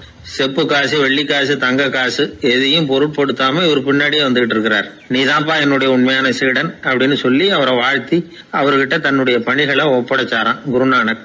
அவ்வளவுதான் அந்த கதை. அதை கேட்டதும் உண்மைக்கு ஏன் மரியாதை குறைஞ்சு போச்சுங்கிறது புரியுது. நல்லவங்க பின்னாடி போற கூட்டம் குறையறதுக்கு இதுதான் காரணம். காசு தான் முக்கியம்னு நினைக்கிறவங்க அதிகமாயிட்டாங்க இந்த காலத்துல. காசு முக்கியம்தான், இல்லைன்னு சொல்லல. ஆனா காசு நமக்கு அடிமையா இருக்கணும். வேலைக்கார மாதிரி இருந்து வேண்டியதை வாங்கி கொடுக்கணும். நாம காசுக்கு அடிமையாயிடக்கூடாது. அப்படி ஆகும் பொழுதுதான் விவகாரம் ஆரம்பம். இந்த காலத்து குரு ஒருத்தர், அவருக்கு பின்னாடி ஏகப்பட்ட சீடர்கள் இருந்தாங்க. ஒரு காலத்துல ஒவ்வொரு கட்டத்துல ஒவ்வொருத்தரா நழுவி போயிட்டாங்க. இப்ப மிஞ்சி இருக்கிறது ஒரே ஒரு சீடன் தான். ரொம்ப பவ்யமா கையை கட்டிட்டு அவர் முன்னாடி உட்காந்துருக்கிறான். கடைசியில நீ மட்டுமாவது இருக்கியப்பா, அது போதும், நீ தான் எனக்கு உண்மையான சீடன் அப்படின்னாராம் குரு. அதுக்கு அந்த சீடன் சொல்லியிருக்கான், அப்படி இல்லைங்க சுவாமி, நீங்க இப்போ உட்காந்துக்கிட்டு இருக்கிற பீடத்துக்கு அடியில பெட்டியில பணம் வச்சிருக்கிறீங்க, அது எனக்கு தெரியும். அதனால நீங்க எப்போ எழுந்திரிச்சு அந்த பக்கம் போவீங்கன்னு பாத்துக்கிட்டு இருக்கிறேன் அப்படின்னு நானும் விழுந்தது. உடனே அவங்களுக்கு ஒரு ஆசை, கபீரை சந்திச்சு பேசணும் அப்படின்னு அவங்க ஆசைப்பட்டாங்க. அவங்க அப்படி ஆசைப்பட்டதுக்கு ஒரு காரணம் உண்டு. ஏன் அப்படி ஆசைப்பட்டாங்கன்னா, ரெண்டு ஞானிகளை சந்திக்க வச்சா பல அரிய தத்துவங்களை கேட்கறதுக்கு ஒரு வாய்ப்பு கிடைக்கும். அதனால அவங்க ரெண்டு பேரும் எப்படியாவது சந்திக்க வச்சிடணும் அப்படின்னு அவங்க ஆசைப்பட்டாங்க. அந்த சீடர்கள் தங்களுடைய விருப்பத்தை அவர்கிட்டயே சொன்னாங்க. இது மாதிரி அவர் கபீர் இந்த ஊர்ல இருக்கிறதா தெரியுது, சந்திச்சா தேவையில்லைன்னு. சரி, கபீரை சந்திக்கலாம், ஆனா அவரோட பேசுறத பத்தி நான் எதையும் சொல்றதுக்கு இல்லை அப்படின்னு விட்டார் பரீத். ஏன் கபீரோட நீங்க எதுவும் பேச மாட்டீங்களா அப்படின்னு கேட்டாங்க சீடர்கள். அவரோட பேசுறதுக்கு எதுவும் இல்ல. ஏன்னா எனக்கு என்ன தெரியுங்கிறது அவருக்கு தெரியும், அவருக்கு என்ன தெரியுங்கிறது எனக்கு தெரியும். அப்படி இருக்கிறப்ப நாங்க ரெண்டு பேரும் பேசிக்கிறதுக்கு என்ன விஷயம் இருக்க போகுது அப்படின்னாரு அவர். இங்க நிலைமை இப்படி. கபீர் இருக்கிற இடத்துல என்ன நடந்தது தெரியுமா? இது மாதிரி பரீத் காசிக்கு வந்திருக்கிறார் அப்படிங்கிற விஷயம் கபீரின் சீடர்களுக்கு தெரிஞ்சது. உடனே அவங்களும் நீங்க ஷேக் பரீத்தை சந்திச்சு பேசணும்னு அவர்கிட்ட கேட்க ஆரம்பிச்சாங்க. அதுக்கு கபீர் சொன்னாராம், நாங்க ரெண்டு பேரும் சந்திச்சுக்கிட்டா ஒருத்தர் கட்டி தழுவிக்குவோம், ஆனந்த கண்ணீர் வடிப்போம், வார்த்தைகளால பரிமாறிக்கிறதுக்கு எங்ககிட்ட எதுவும் இல்ல அப்படின்னாராம். இருந்தாலும் ரெண்டு பக்கத்துல இருந்த சீடர்களும் அப்படி நினைக்கல. எப்படியும் இவங்க சந்திச்சுக்கிட்டா கொஞ்சமாவது பேசாம இருக்க முடியாது, ஏதாவது பேசிக்குவாங்க அப்படின்னு நினைச்சாங்க. அதனால தொடர்ந்து வற்புறுத்தினாங்க. கபீர் பரீத்தை தன்னுடைய ஆசிரமத்துக்கு அழைச்சார். அந்த ஊரின் எல்லைக்கே போய் அவரை அழைச்சிட்டு வந்தார். ரெண்டு பேரும் சந்திச்சாங்க. ஒருத்தர் கட்டி பிடிச்சுக்கிட்டாங்க. ஒருத்தர் கைய ஒருத்தர் பிடிச்சபடியே ரொம்ப நேரம் நின்றுட்டு இருந்தாங்க. ஆனந்த கண்ணீர் வழிஞ்சுது. கபீர் ஆசிரமத்துல ரெண்டு பேரும் மௌனமா உட்கார்ந்துருக்காங்க. ஏதாவது பேசுவாங்கன்னு சொல்லி எதிர்பார்த்துக்கிட்டே ரெண்டு பக்கமும் சீடர்கள் காத்துக்கிட்டு இருக்கிறாங்க. பேசுங்கன்னு சொல்லியும் பார்த்தாங்க. அதை கேட்டதும் லேசா சிரிச்சாங்களே தவிர எதுவுமே பேசிக்கலையாம். ஒரு நாள் பூரா இப்படியே போயிட்டுது. அதுக்கப்புறம் பரீத் கபீர் கிட்ட விடைபெற்றுக்கிட்டு புறப்பட்டார். ஏன் நீங்க பேசல அப்படின்னு சொல்லி கபீரின் சீடர்கள் கேட்டாங்களாம். அதுக்கு கபீர் சொன்னார், நாங்க ரெண்டு பேரும் உணர்ந்ததை சொல்றதுக்கு வார்த்தைகள் கிடையாது. எல்லாமும் உணர்ந்த பரீத்து கிட்ட பேசுறதுக்கு என்கிட்ட எதுவும் இல்ல, அதனால பேசல அப்படின்னார். இதே மாதிரி பரீத்தின் சீடர்களும் அவர்கிட்ட கேட்டிருக்கிறாங்க, ஏன் நீங்க பேசலன்னு. எங்க ரெண்டு பேர்ல யாராவது ஒருத்தர் பேச ஆரம்பிச்சிருந்தாலும் அதை போல முட்டாள்தனம் வேற எதுவும் இருக்க முடியாதுன்னாரு அவரு. ஞானிகள் ரெண்டு பேரும் பேசி இருந்தா என்ன ஒரு தெளிவு கிடைக்குமோ அதை விட அதிகமான தெளிவு கிடைச்சதான் சீடர்களுக்கு. உண்மையின் வடிவமான பரம்பொருள் பேசப்பட வேண்டிய ஒன்றல்ல, அது உணரப்பட வேண்டிய ஒன்று அப்படிங்கறத அவங்க புரிஞ்சுக்கிட்டாங்களாம். ஒரு கணவனும் மனைவியும் ரொம்ப நாள் ஒருத்தர் பிரிஞ்சிருந்தாங்க. பல வருஷங்களுக்கு அப்புறம் அவங்க சந்திச்ச உடனே ஏதாவது பேசலாம்ல, பேசல. ரெண்டு பேருமே மௌனமா இருந்தாங்க. இந்த ஞானிகள் மாதிரி ஒருத்தர் ஆர்வமா பாத்துக்கிட்டாங்க, அவ்வளவுதான். அந்த கணவனை தனியா கூப்பிட்டுக்கிட்டு போய் ஒருத்தர் விசாரிச்சார். ஏன்பா இவ்வளவு நாள் கழிச்சு சந்திக்கிறீங்க, நீயாவது முதல்ல வாயை திறக்கப்படாதான்னார். அதுக்கு அவர் சொன்னார், ஏற்கனவே நான் வாயை திறந்ததுனால தானே சார் இவ்வளவு காலமும் பிரிஞ்சு இருக்கிறது மாதிரி ஆச்சு, அதனால அவசரப்படாம பொறுமையா இருக்கிறேன் அப்படின்னாராம். அதனால பேச்சு பெருசுதான், இருந்தாலும் மௌனம் அதை விட பெரியது அப்படிங்கறத ஒரு வாழ்வியல் உண்மையாக நாம புரிஞ்சுக்கணும். ஒரு சீடன் வெளியூர் புறப்படுறதுக்கு தயாரா இருந்தான். ரொம்ப தூரம் போக போறான், திரும்பி வர நாளாகும். புறப்படுறதுக்கான ஆயத்த வேலைகள்ல ஈடுபட்டு இருந்தான். அந்த சமயம் பார்த்து இன்னொரு சீடன் அவங்கிட்ட வந்தான். நம்ம குரு உன்னை அழைச்சிட்டு வர சொன்னார், வா அப்படின்னு கூப்பிட்டான். இவன் உடனே புறப்பட்டு போனான். குருநாதரை பார்த்தான். அவர் காலில் விழுந்து வணங்கினான். வணங்கிவிட்டு எழுந்திரிச்சான். அவ்வளவுதான். குரு ஏதாவது உபதேசம் பண்ணுவாருன்னு எதிர்பார்த்தான். ஆனா நடந்தது என்ன தெரியுமா? குரு அவனுக்கு ஓங்கி ஒரு அடி கொடுத்தார். எதிர்பாராம இந்த அடியை வாங்கினதும் அந்த சீடன் அதிர்ந்து போயிட்டான். பக்கத்துல இருந்த மற்ற சீடர்களும் திகைச்சு போய் நின்னுட்டாங்க. அடி வாங்கின சீடனுக்கு மனசுக்குள்ள குழப்பம்.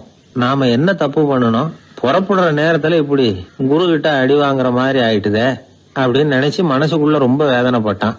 கொஞ்சம் துணிச்சலை வரவழைச்சுக்கிட்டு குருநாதர்கிட்டயே கேட்டுட்டான், சுவாமி நான் என்ன தப்பு பண்ணினேன், என்ன இப்படி அடிச்சுட்டீங்களே, ஒரு வார்த்தை கூட உங்களை எதிர்த்து நான் பேசினது இல்லையே, இவ்வளவு காலமா உங்க விருப்பத்துக்கு விரோதமா ஒரு காரியம் கூட நான் செஞ்சது இல்லையே, வந்ததும் வராததுமா ஒண்ணுமே சொல்லாம என்ன அடிச்சுட்டீங்களே, குருவே நான் செஞ்ச குற்றம் தான் என்ன அப்படின்னு கண்ணீரோட பரிதாபமா கேட்டானா அந்த சீடன். ஆனா அந்த குரு முகத்துல கொஞ்சம் கூட கோபம் இல்லை.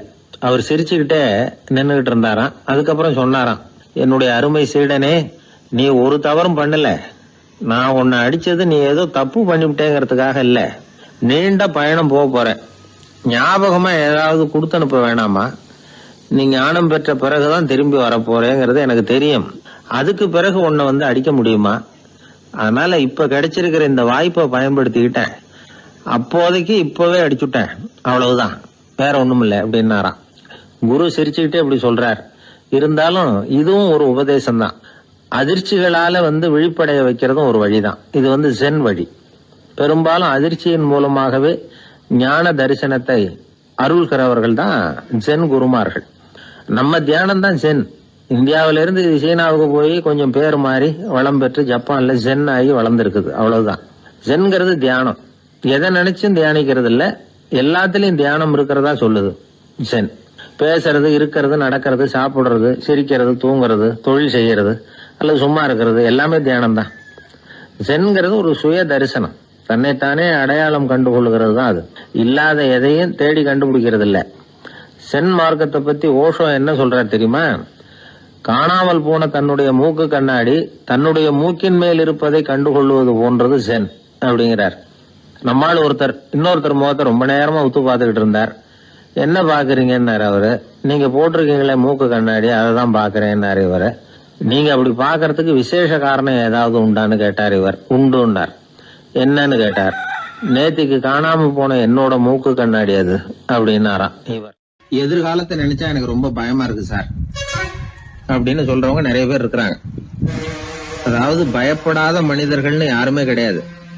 ஒவ்வொருத்தருக்கும் ஒவ்வொரு விதமான பயம் இருந்தாலும் ஒட்டுமொத்தமா பாக்குறப்போ மனிதனுக்கு 6 விதமான பய உணர்வுகள் வரலாம் அப்படின்னு பெரியவங்க சொல்றாங்க. எல்லா விதமான பயமும் இந்த 6 வகைக்குள்ள அடக்கம்.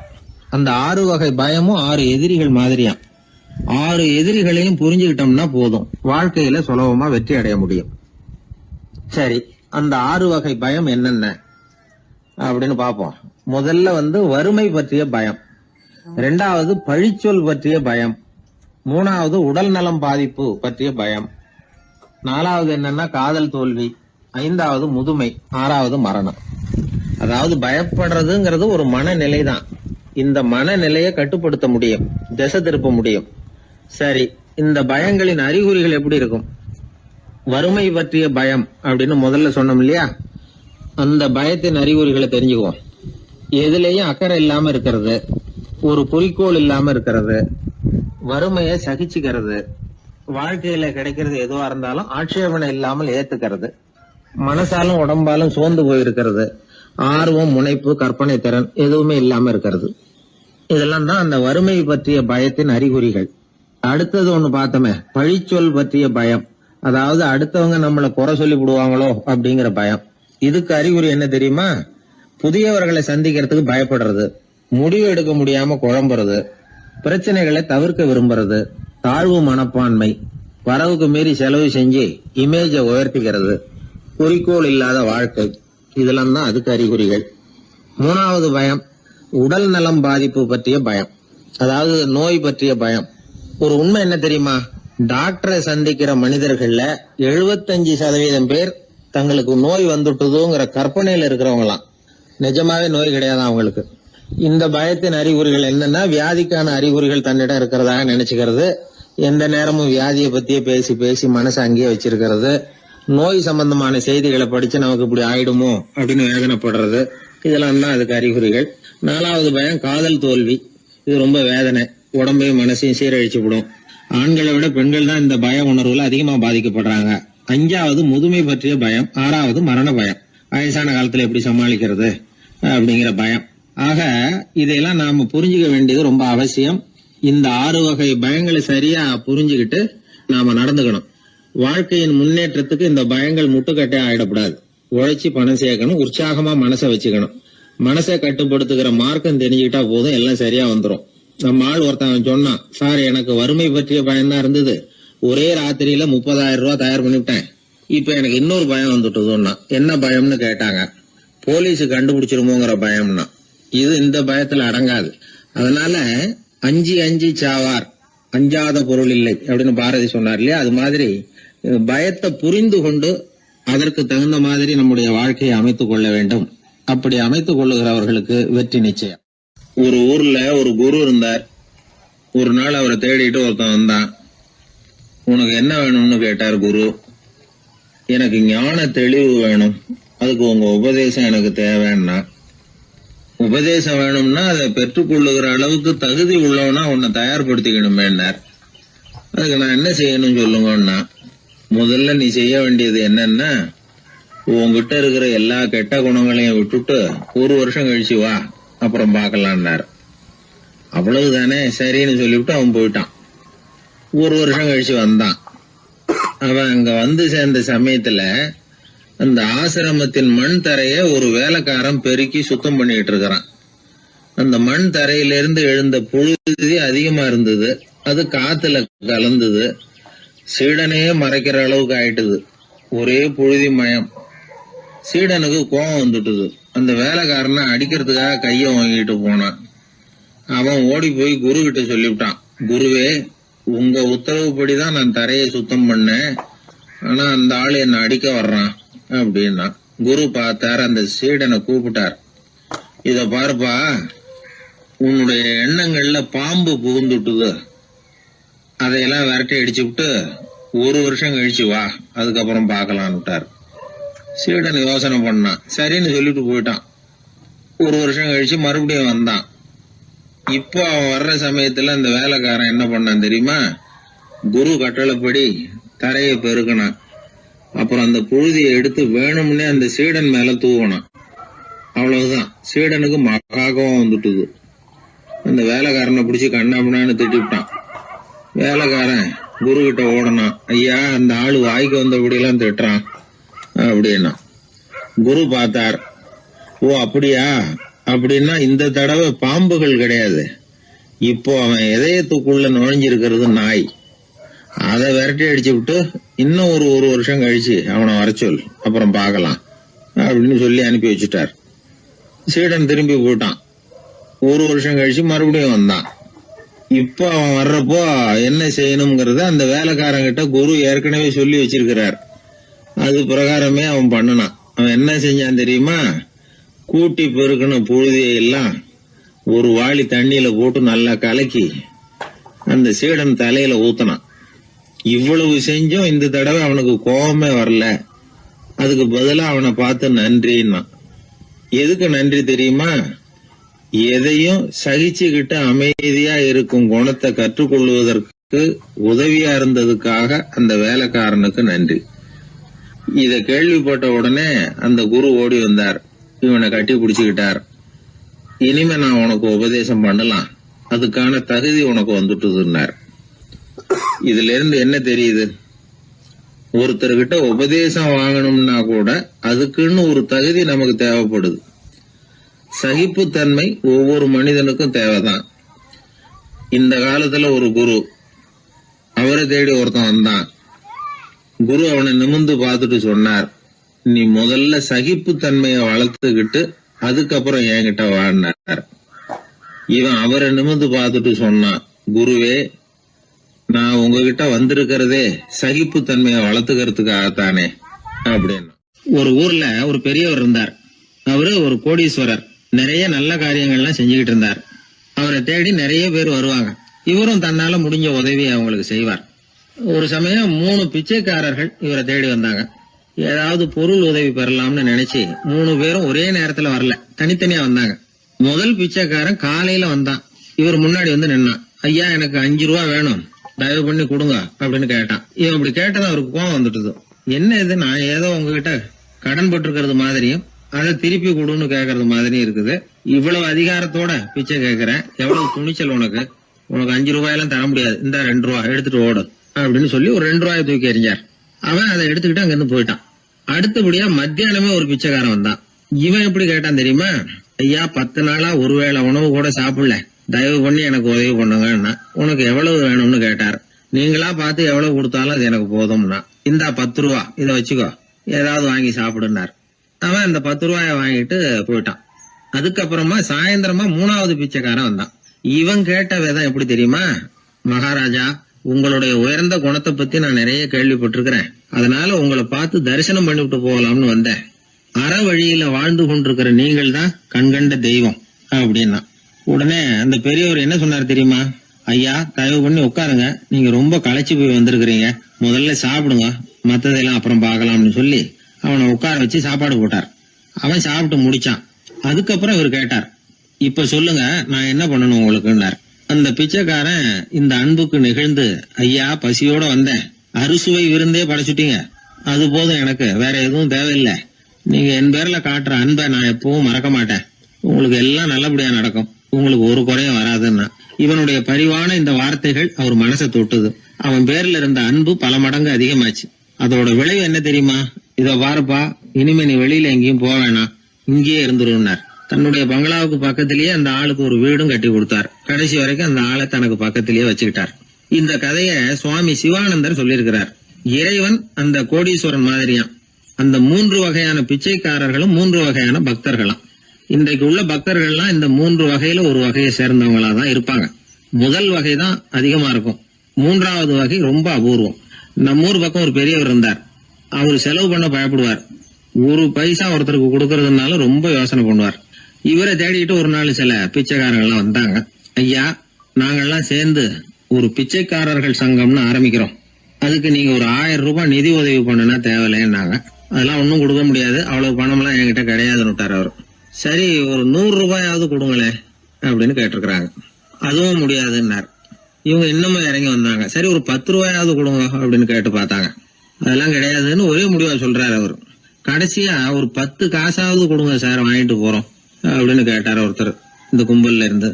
அது கூட என்கிட்ட கிடையாதுன்னு ரொம்ப துல்லியமா சொல்லிவிட்டார் அந்த பெரிய மனிதர். அதாவது எதுவுமே கொடுக்க முடியாது, நீங்க போயிட்டு வாங்க விட்டார். அப்ப இந்த கும்பல்ல இருந்து ஒருத்தர் சொன்னார், சரி, நீங்க எதுவுமே தர முடியாதுங்கிறீங்க, அப்படின்னா ஒண்ணு செய்யுங்களேன்னாங்க.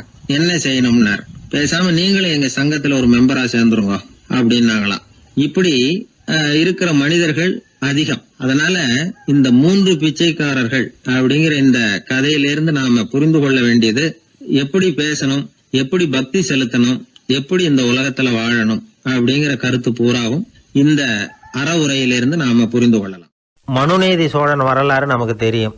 அது மாதிரி நீதி தவறாத ஆட்சியாளர்கள் பல பேர் இருந்திருக்கிறாங்க இந்த உலகத்துல. ஹசரத் உமர் பின் கத்தாப் அப்படின்னு ஒருத்தர், இஸ்லாத்தின் 2வது கலீஃபா இவர். அவருடைய ஆட்சி காலத்துல நடந்த ஒரு நிகழ்ச்சி. இந்த மன்னருக்கு ஒரு மகன், அவர் வேறு அபு ஷஹ்மா.